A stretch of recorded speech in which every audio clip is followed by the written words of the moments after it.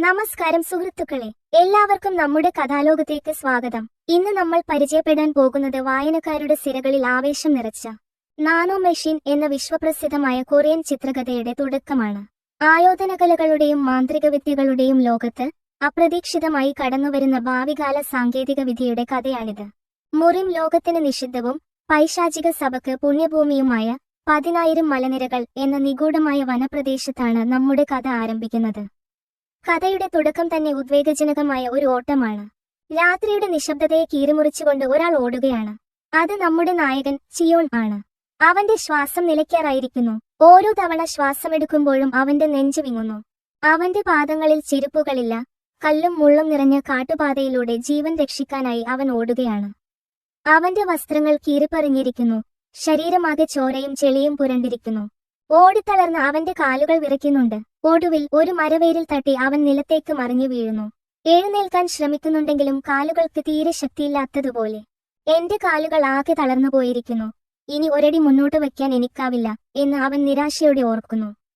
ചിയോൺ വീണുകിടക്കുമ്പോൾ ഇരുട്ടിൽ നിന്ന് ചില നിഴലുകൾ അവനെ സമീപിക്കുന്നു. മുഖം മൂടി ധരിച്ച വാളേന്തിയ ക്രൂരരായ കൊലയാളികളാണവർ. അവരിൽ ഒരാൾ ചിയോണിനെ നോക്കി പുച്ഛത്തോടെ ചിരിച്ചുകൊണ്ട് ചോദിക്കുന്നു, യജമാനൻ ചിയോൺ, ഇത്രയും നേരം ഓയിട്ടി അങ്ങ് വല്ലാതെ ക്ഷീണിച്ചു കാണുമല്ലോ. അവരെ കണ്ടതും ചിയോണിന് കാര്യം മനസ്സിലായി. ഇത്രയും കാലം തനിക്കെതിരെ നടന്ന ഗൂഢാലോചനകൾക്ക് പിന്നിൽ ഇവരാണെന്ന് അവൻ തിരിച്ചറിയുന്നു. നിങ്ങളായിരുന്നു എല്ലാത്തിനും പിന്നിലല്ലേ എന്ന് അവൻ ദേഷ്യത്തോടെ ചോദിക്കുന്നു. ആ കൊലയാളികൾ മറുപടിയായി ചിരിക്കുക മാത്രം ചെയ്തു. നീ ഞങ്ങളെ വല്ലാതെ അലയിപ്പിച്ചു. നിന്നെ കാത്തിരുന്ന് എനിക്ക് ഉറക്കം വരുന്നുണ്ടായിരുന്നു എന്ന് അവരിൽ ഒരാൾ പരിഹസിക്കുന്നു. ചിയോൺ അവരോട് ചോദിക്കുന്നു, എന്തിനാണ് നിങ്ങൾ എന്നെ കൊല്ലാൻ ശ്രമിക്കുന്നത്? ഞാൻ ആയോധനകലകളുടെ പാഠശാലയിൽ ചേരാൻ ഉദ്ദേശിക്കുന്നില്ല. എനിക്കവിടെ ഒരവസരവുമില്ലെന്ന് നിങ്ങൾക്കറിയാവുന്നതല്ലേ. അതിന് അവർ നൽകിയ മറുപടി ക്രൂരമായിരുന്നു. നീ പാഠശാലയിൽ ചേരുന്നുണ്ടോ? നിനക്ക് യുദ്ധം ചെയ്യാൻ അറിയാമോ എന്നതൊന്നും ഞങ്ങൾക്ക് വിഷയമല്ല. നീ ആ വലിയ തറവാട്ടിലെ ഒരു അവകാശിയായിരിക്കുന്നിടത്തോളം കാലം നിനക്ക് മരിക്കാതെ വേറെ വഴിയില്ല. അവർ അവിടെ നിർത്തിയില്ല. ചിയോണിന്റെ മനസ്സിനെ മുറിപ്പെടുത്തുന്ന വാക്കുകൾ അവർ തുടർന്നു. നീ ഒരു താഴ്ന്ന കുലജാതനാണെങ്കിലും വലിയ യജമാനന്റെ രക്തം നിന്നിൽ ഓതുന്നത് കൊണ്ട് നിനക്ക് ഞങ്ങൾ വേദനയില്ലാത്ത മരണം നൽകാം. തന്റെ അമ്മയെക്കുറിച്ച് അവർ പരോക്ഷമായി പറഞ്ഞ ആ അപമാനം ചിയോണിന് സഹിക്കാൻ കഴിഞ്ഞില്ല. എന്റെ അമ്മയെ അപമാനിക്കാൻ മാത്രം നിങ്ങൾ വളർന്നു എന്ന് അവൻ ഉള്ളിൽ വിതുമ്പി. ആ നിമിഷം അവന്റെ ഭയം ദേഷ്യത്തിന് വഴിമാറി. വെറുതെ മരിക്കാൻ അവൻ തയ്യാറല്ലായിരുന്നു. ഞാൻ മരിക്കുന്നെങ്കിൽ അത് പൊരുതി മരിക്കും എന്ന് അവൻ ഉറപ്പിച്ചു. വിറക്കുന്ന കൈകളോടെ ചിയോൺ തന്റെ അരയിൽ കരുതിയിരുന്ന ഒരു ചെറിയ കത്തി പുറത്തെടുത്തു. എന്നാൽ ആയുധം പിടിക്കാൻ പോലും അവനറിയില്ലായിരുന്നു. അത് കണ്ട കൊലയാളികൾ പൊട്ടിച്ചിരിച്ചു. കാവൽക്കാരൻ ജാങ്, നിന്നെ ഇതാണോ പഠിപ്പിച്ചത് എന്ന് അവർ ചോദിച്ചു. ഇവന് യുദ്ധം ചെയ്യാനൊന്നും അറിയില്ല. എങ്കിലും പിന്മാറാൻ ഇവൻ തയ്യാറല്ല. ഇവന്റെ കണ്ണുകളിൽ യഥാർത്ഥ പോരാളിയുടെ തിളക്കമുണ്ട് എന്ന് കൊലയാളികളുടെ തലവൻ അത്ഭുതത്തോടെ ഓർത്തു. ഇത് ആ വേട്ടയാടലിന് കൂടുതൽ രസം പകരുമെന്ന് അവർ കരുതി. അവർ അവനെ വളഞ്ഞു. ഇവനെ തീർത്തേക്കൂ എന്ന് ആജ്ഞ ലഭിച്ചതും കൊലയാളികൾ അവന് നേരെ പാഞ്ഞെടുത്തു. മരണം മുന്നിൽ കണ്ട ആ നിമിഷം ചിയോൺ കണ്ണുമടച്ച് തന്റെ കത്തി വീശി. അതൊരു കാടൻ പ്രയോഗമായിരുന്നു. എന്നാൽ അപ്രതീക്ഷിതമായി ആ കത്തി ഒരു കൊലയാളിയുടെ കഴുത്തിൽ തന്നെ കൊണ്ടു. എല്ലാവരും ഞെട്ടിത്തെറിച്ചുപോയി. യാതൊരു പരിശീലനവും ലഭിച്ചിട്ടില്ലാത്ത ഒരു പയ്യൻ വിദഗ്ധനായ ഒരു കൊലയാളിയെ വീഴ്ത്തിയിരിക്കുന്നു. ഈ ചെക്കൻ എങ്ങനെ ഒരു കൊലയാളിയെ കൊന്നു? അവന്റെ ഈ പേടിയും വെപ്രാളവും നമ്മളെ പറ്റിക്കാൻ വേണ്ടിയായിരുന്നു എന്ന് മറ്റുള്ളവർ ഭയന്നു. എന്നാൽ ചിയോണിന്റെ വിജയം ക്ഷണികമായിരുന്നു. തന്റെ കൂട്ടാളി വീഴുന്നത് കണ്ട മറ്റൊരു കൊലയാളി ദേഷ്യത്തോടെ ചിയോണിന് നേരെ തിരിഞ്ഞു. നീ ചാകേണ്ടവൻ തന്നെ എന്ന് ആക്രോശിച്ചുകൊണ്ട് അവൻ തന്റെ വാൾ ചിയോണിന്റെ വയറ്റിലൂടെ കുത്തിയിറക്കി. ചിയോൺ വേദന കൊണ്ട് പുളഞ്ഞു. രക്തം വാർന്ന് അവൻ മുട്ടുകുത്തി. കൊലയാളി അവനെ നോക്കി ക്രൂരമായി ചിരിച്ചു. വയറ്റിൽ ഒരു ദ്വാരം വീണപ്പോൾ എങ്ങനെയുണ്ട്? നീ കൂടുതൽ സമയം വേദന അനുഭവിച്ചു മരിക്കണം എന്ന് പറഞ്ഞ് അവൻ ആ വാൾ മുറിവിൽ തന്നെ തിരിച്ചുകൊണ്ടിരുന്നു. ചിയോൺ തന്റെ അന്ത്യം ഉറപ്പിച്ചു. കണ്ണുകൾ മങ്ങുന്നു, ശരീരം തണുക്കുന്നു. ഇതാണോ എന്റെ അവസാനം എന്ന് അവൻ ചിന്തിച്ചു. കൃത്യം ആ സമയത്താണ് ആകാശത്ത് നിന്ന് ഒരു വെള്ളി വെളിച്ചം പോലെ എന്തോ ഒന്ന് അവിടെ പ്രത്യക്ഷപ്പെട്ടത്. ഒരു വലിയ ശബ്ദത്തോടെ പൊടിപടലങ്ങൾ ഉയർന്നു. കൊലയാളികൾ അമ്പരന്നുപോയി. പൊടിപടലങ്ങൾ മാറിയപ്പോൾ അവിടെ വിചിത്രമായ വേഷം ധരിച്ച ഒരാൾ നിൽക്കുന്നു. പഴയ കാലത്തെ വസ്ത്രങ്ങളല്ല, മറിച്ച് നമുക്ക് പരിചിതമായ ആധുനിക വസ്ത്രങ്ങൾ ധരിച്ച ഒരു യുവാവ്. അവന്റെ വസ്ത്രങ്ങളിൽ നീല നിറത്തിലുള്ള വൈദ്യുത പ്രവാഹം പോലെ വെളിച്ചം മിന്നുന്നുണ്ടായിരുന്നു. കൊലയാളികൾക്ക് അത്ഭുതവും ഭയവും തോന്നി. ആരാണ് നീ? നിന്റെ വേഷം എന്താണ് ഇത്ര വിചിത്രമായിരിക്കുന്നത്? അവർ ചോദിച്ചു. ആ വന്നയാൾ ഒരക്ഷരം മിണ്ടിയില്ല.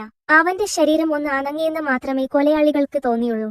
കണ്ണൊന്ന് ചിമ്മുന്ന നേരത്തിനുള്ളിൽ അവൻ അവരുടെ ഇടയിലൂടെ പാഞ്ഞുപോയി.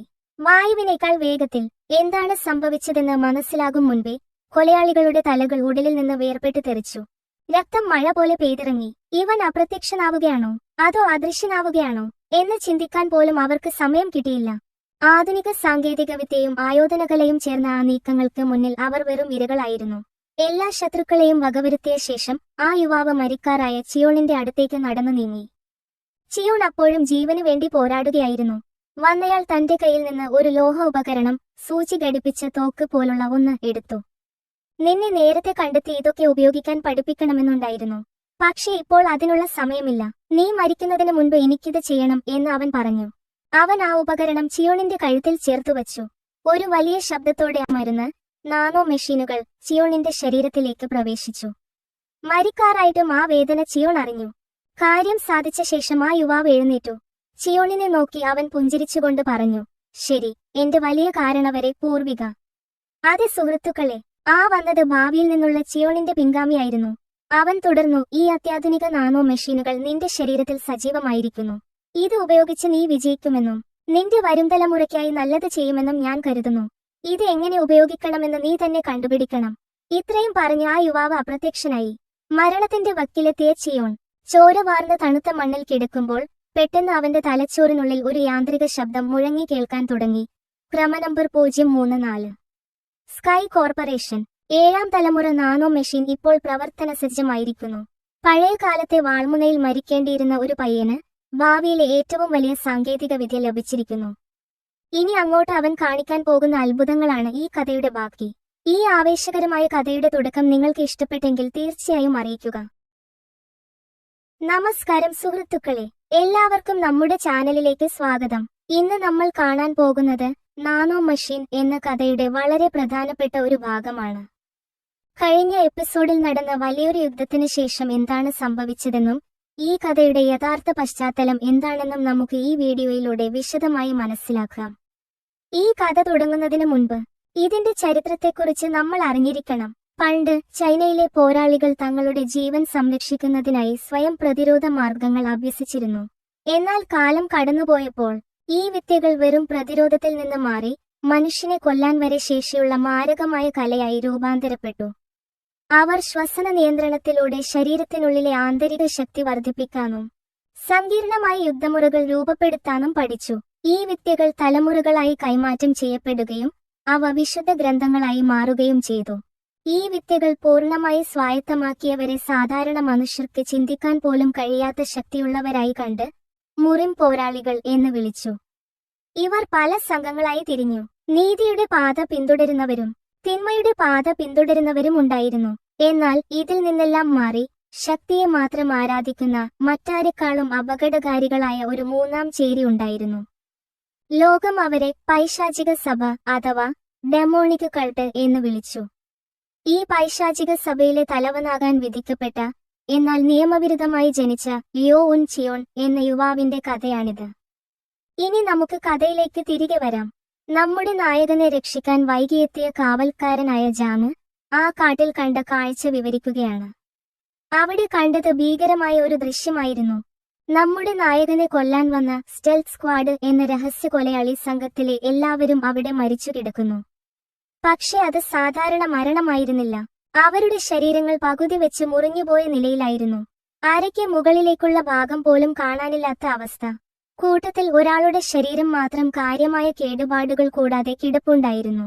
അത് നമ്മുടെ നായകൻ ചിയോൺ തന്റെ കയ്യിലുണ്ടായിരുന്ന ചെറിയ കത്തി ഉപയോഗിച്ച് കുത്തിവീഴ്ത്തിയ ആ കൊലയാളിയായിരുന്നു. അപ്പോഴാണ് ജാങ് ആ ശബ്ദം കേട്ടത്, ശ്വാസമെടുക്കുന്ന ശബ്ദം. മൃതശരീരങ്ങൾക്ക് അല്പം മാറി നമ്മുടെ നായകൻ ചിയോൺ ജീവനോടെ കിടക്കുന്നു. ജാങ് അത്ഭുതപ്പെട്ടുപോയി. ചിയോണിന്റെ വസ്ത്രങ്ങൾ വാളുകൊണ്ട് കീറിയിട്ടുണ്ടെങ്കിലും അവന്റെ ശരീരത്തിൽ ഒരു മുറിവ് പോലും ഉണ്ടായിരുന്നില്ല. അവൻ ശാന്തമായി ഉറങ്ങുന്നതുപോലെയായിരുന്നു. ആരാകും അവനെ സഹായിച്ചത്? ഇത്രയും അപകടകാരികളായ കൊലയാളികളെ നിമിഷനേരം കൊണ്ട് ഇല്ലാതാക്കിയ എന്നാൽ നായകന്റെ ശരീരത്തിൽ ഒരു പോറ പോലും ഏൽപ്പിക്കാതെ രക്ഷിച്ച ആ അജ്ഞാതൻ ആരായിരിക്കും എന്ന് ജാങ് അത്ഭുതത്തോടെ ചിന്തിച്ചു. സമയം കടന്നുപോയി. ചിയോൺ തന്റെ കിടപ്പുമുറിയിൽ വെച്ച് ഞെട്ടലോടെ ഉണർന്നു. ഞാൻ ജീവനോടെയുണ്ടോ എന്ന് അവൻ അവിശ്വസനീയതയോടെ ചിന്തിച്ചു. അവന്റെ ഓർമ്മയിൽ വയറ്റിൽ വാൾ കുത്തിയിറക്കിയ വേദനയുണ്ടായിരുന്നു. എന്നാൽ ഇപ്പോൾ നോക്കുമ്പോൾ മുറിവുകളൊന്നുമില്ല. പെട്ടെന്ന് അവന് വല്ലാത്തൊരു ദുർഗന്ധം അനുഭവപ്പെട്ടു. എന്താണിതെന്ന് നോക്കിയപ്പോൾ അവൻ ഞെട്ടിപ്പോയി. അവന്റെ ശരീരം മുഴുവൻ കറുത്ത കൊഴുത്ത പശ പോലെയുള്ള ഒരു ദ്രാവകം കൊണ്ട് പൊതിഞ്ഞിരിക്കുന്നു. ഛർദിക്കാൻ വരുന്നതുപോലെയുള്ള നാറ്റം. ആ സമയത്താണ് അവന്റെ തലച്ചോറിനുള്ളിൽ ഒരു യാന്ത്രിക ശബ്ദം മുഴങ്ങിക്കേട്ടത്. ഉപഭോക്താവ് എഴുന്നേറ്റു. ചിയോൺ ഭയന്നുപോയി. അവൻ ചാടി എഴുന്നേറ്റു. ആരാണത്? ആരാണ് സംസാരിക്കുന്നത്? അവൻ ചുറ്റും നോക്കി. പക്ഷേ മുറിയിൽ ആരുമുണ്ടായിരുന്നില്ല. ആ ശബ്ദം വീണ്ടും കേട്ടു. ശാന്തനാകൂ ഉപഭോക്താവേ, ഞാൻ പുറത്തല്ല ഉള്ളത്. ശബ്ദം കേൾക്കുന്നത് നിങ്ങളുടെ തലച്ചോറിൽ നിന്നാണ്. ചിയോൺ പേടിച്ചു വിറച്ചു. ആരാണ് നീ എന്ന് അവൻ ചോദിച്ചു. ആ ശബ്ദം മറുപടി നൽകി, ഞാൻ സ്കൈ കോർപ്പറേഷന്റെ 7ാം തലമുറ നാനോ മെഷീനാണ്. എന്നാൽ നാനോ മെഷീൻ എന്ന വാക്ക് ചിയോണിന് അപരിചിതമായിരുന്നു. അവൻ കേട്ടത് മാഷിൻ എന്നാണ്. പൈശാചിക സഭ ആരാധിക്കുന്ന ദൈവമാണ് മാഷിൻ. തന്നോട് സംസാരിക്കുന്നത് സാക്ഷാൽ ദൈവമാണെന്ന് കരുതി ചിയോൺ ഭയഭക്തി ബഹുമാനത്തോടെ മുട്ടുകുത്തി. അങ്ങാണോ എന്നെ രക്ഷിച്ചത്? ഓ വലിയ ദൈവമേ എന്ന് അവൻ ചോദിച്ചു. എന്നാൽ ആ ശബ്ദം അവനെ തിരുത്തി. അല്ല യജമാനനെ, ഞാൻ മാഷിനല്ല. ഞാൻ ഒരു യന്ത്രമാണ്. എന്നെ നിങ്ങളുടെ ശരീരത്തിൽ ഘടിപ്പിച്ചിരിക്കുകയാണ്. ആ സമയത്ത് പുറത്ത് വാതിലിൽ മുട്ടുകേട്ടു. കാവൽക്കാരൻ ജാങ്ങും ബാക്ക് എന്നു പേരുള്ള ഒരു വൈദ്യനും മുറിയിലേക്ക് കടന്നുവന്നു. ചിയോൺ ആകെ പരിഭ്രമിച്ചു. താൻ ഒരു യന്ത്രത്തോട് സംസാരിക്കുന്നത് കണ്ടാൽ മറ്റുള്ളവർക്ക് ഭ്രാന്താണെന്ന് തോന്നും എന്ന് അവൻ ഭയന്നു. അതുകൊണ്ട് തലച്ചോറിലെ ആ ശബ്ദത്തോട് മിണ്ടാതിരിക്കാൻ അവൻ മനസ്സുകൊണ്ട് ആജ്ഞാപിച്ചു. വൈദ്യൻ ചിയോണിനെ പരിശോധിക്കാൻ തുടങ്ങി. വൈദ്യന്റെ മുഖത്ത് അവിശ്വസനീയത നിറഞ്ഞു. ഇത് വളരെ വിചിത്രമായിരിക്കുന്നു, വൈദ്യൻ പറഞ്ഞു. ജാനു പേടിയോടെ ചോദിച്ചു, എന്താണ് വൈദ്യരെ?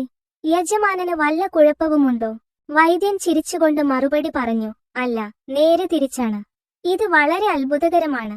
യജമാനന്റെ ശരീരത്തിലുണ്ടായിരുന്ന വിഷാംശങ്ങളെല്ലാം പുറന്തള്ളപ്പെട്ടിരിക്കുന്നു. രക്തചംക്രമണവും ആന്തരിക ശക്തിയും ശരീരത്തിലൂടെ തടസ്സമില്ലാതെ ഒഴുകുന്നു. വിഷാംശങ്ങളോ? ചിയോൺ ചോദിച്ചു. വൈദ്യൻ പറഞ്ഞു, അതെ. ഇപ്പോൾ അങ്ങയുടെ ശരീരം ആയോധനകലകൾ അഭ്യസിക്കാൻ പാകത്തിന് ഏറ്റവും മികച്ച അവസ്ഥയിലാണ്. വൈദ്യൻ പോയ ശേഷം ചിയോൺ ആകെ അമ്പരന്നിരിക്കുകയായിരുന്നു. ശരീരത്തിൽ നിന്ന് പുറത്തുവന്ന വിഷാംശങ്ങളാണോ ഈ കറുത്ത ദ്രാവകം എന്ന് അവൻ ചിന്തിച്ചു. അപ്പോൾ നാനോ മെഷീൻ വീണ്ടും സംസാരിച്ചു തുടങ്ങി. ശരിയാണ് യജമാനനെ, നിങ്ങളുടെ ശരീരത്തിലുണ്ടായിരുന്ന വിഷാംശങ്ങളെ നീക്കം ചെയ്യുകയും രക്തക്കുഴലുകളും പേശികളും ഏറ്റവും മികച്ച അവസ്ഥയിലേക്ക് മാറ്റുകയും ചെയ്തിരിക്കുന്നു. ചിയോൺ ചോദിച്ചു, അപ്പോൾ എന്റെ ശരീരത്തിൽ ഇപ്പോൾ ആയിരക്കണക്കിന് ചെറിയ യന്ത്രങ്ങളുണ്ടെന്നാണോ നീ പറയുന്നത്? നാനോ മെഷീൻ മറുപടി പറഞ്ഞു, അതെ യജമാനനെ. കൃത്യമായി പറഞ്ഞാൽ 648 കോടിയിലധികം സൂക്ഷ്മ യന്ത്രങ്ങൾ ഇപ്പോൾ നിങ്ങളുടെ ശരീരത്തിലുണ്ട്. സുഹൃത്തുക്കളെ, ആയോധനകലകൾ ഒന്നും അറിയാത്ത മരിക്കാറായ ഒരു സാധാരണ പയ്യന് ഇപ്പോൾ ലഭിച്ചിരിക്കുന്നത് ദൈവതുല്യമായ ഒരു ശക്തിയാണ്.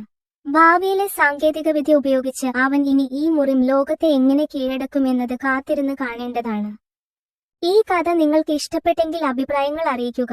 വീഡിയോ ഇഷ്ടപ്പെട്ടാൽ ലൈക്ക് ചെയ്യാനും ഷെയർ ചെയ്യാനും മറക്കല്ലേ. See you in the next video. സുഹൃത്തുക്കളെ, 10 വർഷത്തിൽ ഒരിക്കൽ മാത്രം തുറക്കുന്ന ഒരു നരകം. അതാണ് അക്കാദമി ഓഫ് ഡെമോണിക് ആർട്സ്. സാധാരണ സ്കൂളുകളിൽ തോറ്റാൽ നിങ്ങൾക്ക് കിട്ടുന്നത് ശിക്ഷയാണെങ്കിൽ ഇവിടെ തോറ്റാൽ നിങ്ങൾക്ക് കിട്ടുന്നത് മരണമാണ്. സ്വന്തം സഹപാഠികളെ ചതിച്ചും വെട്ടിവീഴ്ത്തിയും മുന്നേറുന്ന ക്രൂരമായ ഗ്രാൻഡ് ടൂർണമെന്റ്. ആ രക്തം മരവിപ്പിക്കുന്ന നരകത്തിലേക്കാണ് നമ്മുടെ നായകൻ. ആരും സഹായിക്കാനില്ലാത്ത ആ പാവം പയ്യൻ ഇന്ന് കാലെടുത്തു വെക്കാൻ പോകുന്നത്. അവന് അവിടെ പിടിച്ചു നിൽക്കാൻ പറ്റുമോ? നമസ്കാരം സുഹൃത്തുക്കളെ, ഏവരും കാത്തിരുന്ന നാനോ മെഷീനിന്റെ ചാപ്റ്റർ 3ലേക്ക് സ്വാഗതം. ഒട്ടും സമയം കളയാതെ നമുക്ക് കഥയിലേക്ക് കടക്കാം. കഥയുടെ തുടക്കത്തിൽ ഡെമോണിക് കാൾട്ടിന്റെ ഉള്ളിലെ രാഷ്ട്രീയം നമ്മൾ അറിഞ്ഞിരിക്കണം. ഈ കാൾട്ട് ഭരിക്കുന്നത് പ്രധാനമായും 6 വലിയ തറവാടുകളാണ്. Sword, stealth, poison, musician, sabre, പിന്നെ ഷാഡോ. ഇവർ തമ്മിൽ പണ്ടേ ഒരു ഉടമ്പടിയുണ്ട്. ഈ 6 തറവാട്ടിലെയും പെൺകുട്ടികളെ കാൾട്ടിന്റെ തലവനായ പേട്രിയാർക്കിന് വിവാഹം ചെയ്തു കൊടുക്കും. ഇവരിൽ ഉണ്ടാകുന്ന മക്കൾക്ക് പിന്നീട് മൈനർ പ്രീസ്റ്റ് എന്ന പദവി കിട്ടും. ഭാവിയിൽ കാൾട്ടിന്റെ തലവനാകാൻ മത്സരിക്കേണ്ടത് ഇവരാണ്. എന്നാൽ നമ്മുടെ നായകൻ ചെയോൺ യോ വൂങ്ങിന്റെ അവസ്ഥ ഇതില്ല. അവൻ ഈ 6 തറവാട്ടിൽ നിന്നുള്ള കുട്ടിയല്ല. ഒരു സാധാരണ വേലക്കാരിക്ക് ഉണ്ടായ മകനാണ് അവൻ. അതുകൊണ്ട് തന്നെ ബാക്കി 6 തറവാട്ടുകാരും ഇവനെ ഒരു ശത്രുവിനെ പോലെയാണ് കാണുന്നത്. ഇവൻ വളർന്നാൽ നമ്മുടെ മക്കൾക്ക് ഭീഷണിയാകും എന്ന് ഭയന്ന് ചെറുപ്പം മുതൽ ഇവനെ കൊല്ലാൻ അവർ ശ്രമിക്കുകയാണ്. ആരും തുണയില്ലാത്ത, എല്ലാവരാലും വെറുക്കപ്പെട്ട ഒരു രാജകുമാരൻ. അതാണ് നമ്മുടെ നായകൻ. സീൻ കട്ട് ചെയ്താൽ നായകൻ തന്റെ മുറിയിൽ ഞെട്ടി എഴുന്നേൽക്കുന്നതാണ് കാണുന്നത്. അവന്റെ തലച്ചോറിനുള്ളിൽ നിന്ന് ഒരു യാന്ത്രിക ശബ്ദം കേൾക്കുന്നു. Serial number 034. Nano machine active. ഇവിടെ രസകരമായ ഒരു കാര്യമുണ്ട്. ആ കാലത്തെ ആളുകൾക്ക് സയൻസ് അറിയില്ലല്ലോ. നാനോ പറഞ്ഞത് മെഷീൻ എന്നാണ്, പക്ഷേ നായകൻ കേട്ടത് മാഷിൻ എന്നാണ്. ഈ കാലത്ത് ആരാധിക്കുന്ന ദൈവത്തിന്റെ പേരാണ് മാഷിൻ. എന്റെ ദൈവമേ, സാക്ഷാൽ ദൈവം തന്നെ എന്റെ ഉള്ളിൽ സംസാരിക്കുന്നു എന്ന് കരുതി അവൻ കട്ടിലിൽ നിന്ന് ചാടി എഴുന്നേൽക്കുന്നുണ്ട്. അവൻ ഭയഭക്തി ബഹുമാനത്തോടെ മുട്ടുകുത്താൻ പോകുമ്പോഴാണ് വാതിലിൽ മുട്ട് കേൾക്കുന്നത്. ഡോക്ടർ ബാഗ് പരിശോധിക്കാൻ വരുന്നു. നായകൻ പേടിച്ചു വിറക്കുകയാണ്.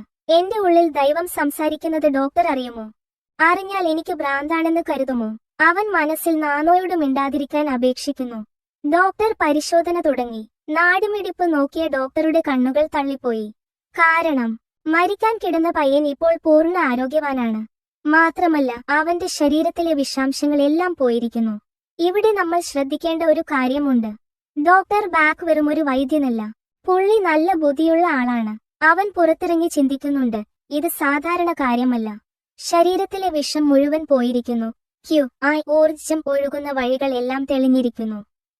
ഇത് ചെയ്യാൻ സാധിക്കുക ഒന്നുകിൽ അമാനുഷിക ശക്തിയുള്ള ഒരാൾക്ക്, അല്ലെങ്കിൽ കാലത്തിലെ ഏറ്റവും വലിയ മാസ്റ്റർക്ക് മാത്രം.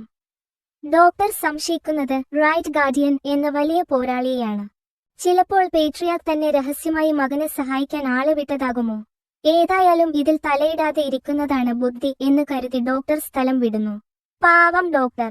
ഇത് ഭാവിയിൽ നിന്ന് വന്ന ടെക്നോളജി ആണെന്ന് പുള്ളിക്കറിയില്ലല്ലോ. ഡോക്ടർ പോയതും നായകൻ ബാത്ത് ടബിലേക്ക് എടുത്തു ചാടി. ദേഹത്തെ ചെളിയും നാറ്റവും കളയുന്നതിനിടയിൽ അവൻ നാനോയോട് സംസാരിക്കാൻ തുടങ്ങി. നിനക്ക് എന്നെ സുഖപ്പെടുത്താൻ പറ്റുമെന്ന് പറഞ്ഞല്ലോ, അത് സത്യമാണോ? ഇത് ടെസ്റ്റ് ചെയ്യാൻ അവൻ ചെയ്തത് ക്രൂരമായ ഒരു പണിയാണ്. അവൻ അവിടെ ഇരുന്ന ഒരു കത്തിയെടുത്ത് സ്വന്തം കൈയിൽ ആഴത്തിൽ വരഞ്ഞു. ചോര ചീറ്റി ഒഴുകി. വേദന കൊണ്ട് അവൻ പുളഞ്ഞുപോയി. പക്ഷെ അടുത്ത നിമിഷം അത്ഭുതം സംഭവിച്ചു. മുറിവിന് മുകളിലൂടെ ഒരു വെളിച്ചം വരുന്നു. തുന്നിക്കെട്ടുന്നത് പോലെ ആ മുറിവ് കൂടുന്നു. ഒരു പാടുപോലുമില്ലാതെ അത് മാഞ്ഞുപോയി. ഇത് കണ്ട നായകൻ അന്തം വിട്ടുപോയി. ഇത് മാജിക്കാണോ അതോ ദൈവത്തിന്റെ അനുഗ്രഹമാണോ? അവൻ ബാത്ത് ടബിൽ നിന്ന് എഴുന്നേറ്റ് കണ്ണാടിയിൽ നോക്കി. അടുത്ത ഞെട്ടൽ കാത്തിരിക്കുന്നതേ ഉണ്ടായിരുന്നുള്ളൂ. ഇന്നലെ വരെ മെലിഞ്ഞുണങ്ങിയ ശരീരമായിരുന്നു അവന്റേത്. പക്ഷെ ഇപ്പോൾ സിക്സ് പാക്ക് ഒക്കെ വന്ന് മസിലുകളൊക്കെ പെരുത്ത് ഒരു ഒന്നൊന്നര ലുക്ക്. നാനോ പറഞ്ഞു, ഞാൻ വെറുതെ മസിൽ വെച്ചതല്ല, നിങ്ങളുടെ ശരീരത്തിന്റെ ഘടന തന്നെ ഞാൻ മാറ്റി. ഇനി ഏത് ആയോധനകലയും പഠിക്കാൻ പാകത്തിന് നിങ്ങളുടെ ശരീരം റെഡിയാണ്.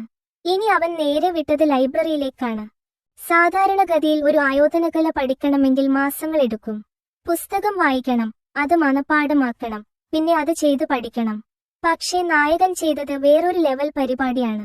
അവൻ പുസ്തകം എടുത്തു. പേജുകൾ ഫട ഫട എന്ന് മറിക്കാൻ തുടങ്ങി. നാനോയുടെ കണ്ണുകൾ ഒരു സ്കാനർ പോലെ പ്രവർത്തിച്ചു. ഓരോ പേജും ഫോട്ടോ എടുത്ത് തലച്ചോറിലേക്ക് സേവ് ചെയ്തു. സ്കാനിങ് കഴിഞ്ഞതും നാനോ ചോദിച്ചു, ഇത് തലച്ചോറിലേക്ക് ട്രാൻസ്ഫർ ചെയ്യട്ടെ? അവൻ ഓക്കെ പറഞ്ഞതും തലയിൽ വലിയൊരു മിന്നൽ അടിച്ച വേദന. അവൻ വേദന കൊണ്ട് നിലത്തേക്ക് വീണുപോയി. പക്ഷെ എഴുന്നേറ്റപ്പോൾ ആ പുസ്തകത്തിലെ ഓരോ വരിയും ഓരോ രഹസ്യവും അവന് കാണാപ്പാഠം. ഏറ്റവും വലിയ ട്വിസ്റ്റ് എന്താണെന്നാൽ ആ പുസ്തകം എഴുതിയ ആൾക്ക് പറ്റിയ തെറ്റുകൾ വരെ നാനോ തിരുത്തിയിട്ടാണ് പഠിപ്പിച്ചത്. അതായത് ആ പുസ്തകം എഴുതിയ മാസ്റ്ററെക്കാൾ അറിവ് ഇപ്പോൾ നമ്മുടെ നായകനുണ്ട്. അവൻ ചിരിച്ചുകൊണ്ട് പറഞ്ഞു, ഇത് വെച്ച് എനിക്ക് ഈ അക്കാദമി പിടിച്ചെടുക്കാം. പക്ഷേ കാര്യങ്ങൾ അത്ര എളുപ്പമല്ല. സ്റ്റെൽത്ത് സെക്റ്റിന്റെ സങ്കേതത്തിൽ വില്ലനായ മുഖയം ദേഷ്യം കൊണ്ട് വിറക്കുകയാണ്. അവൻ അയച്ച 5 കൊലയാളികൾ തിരിച്ചു വന്നില്ല.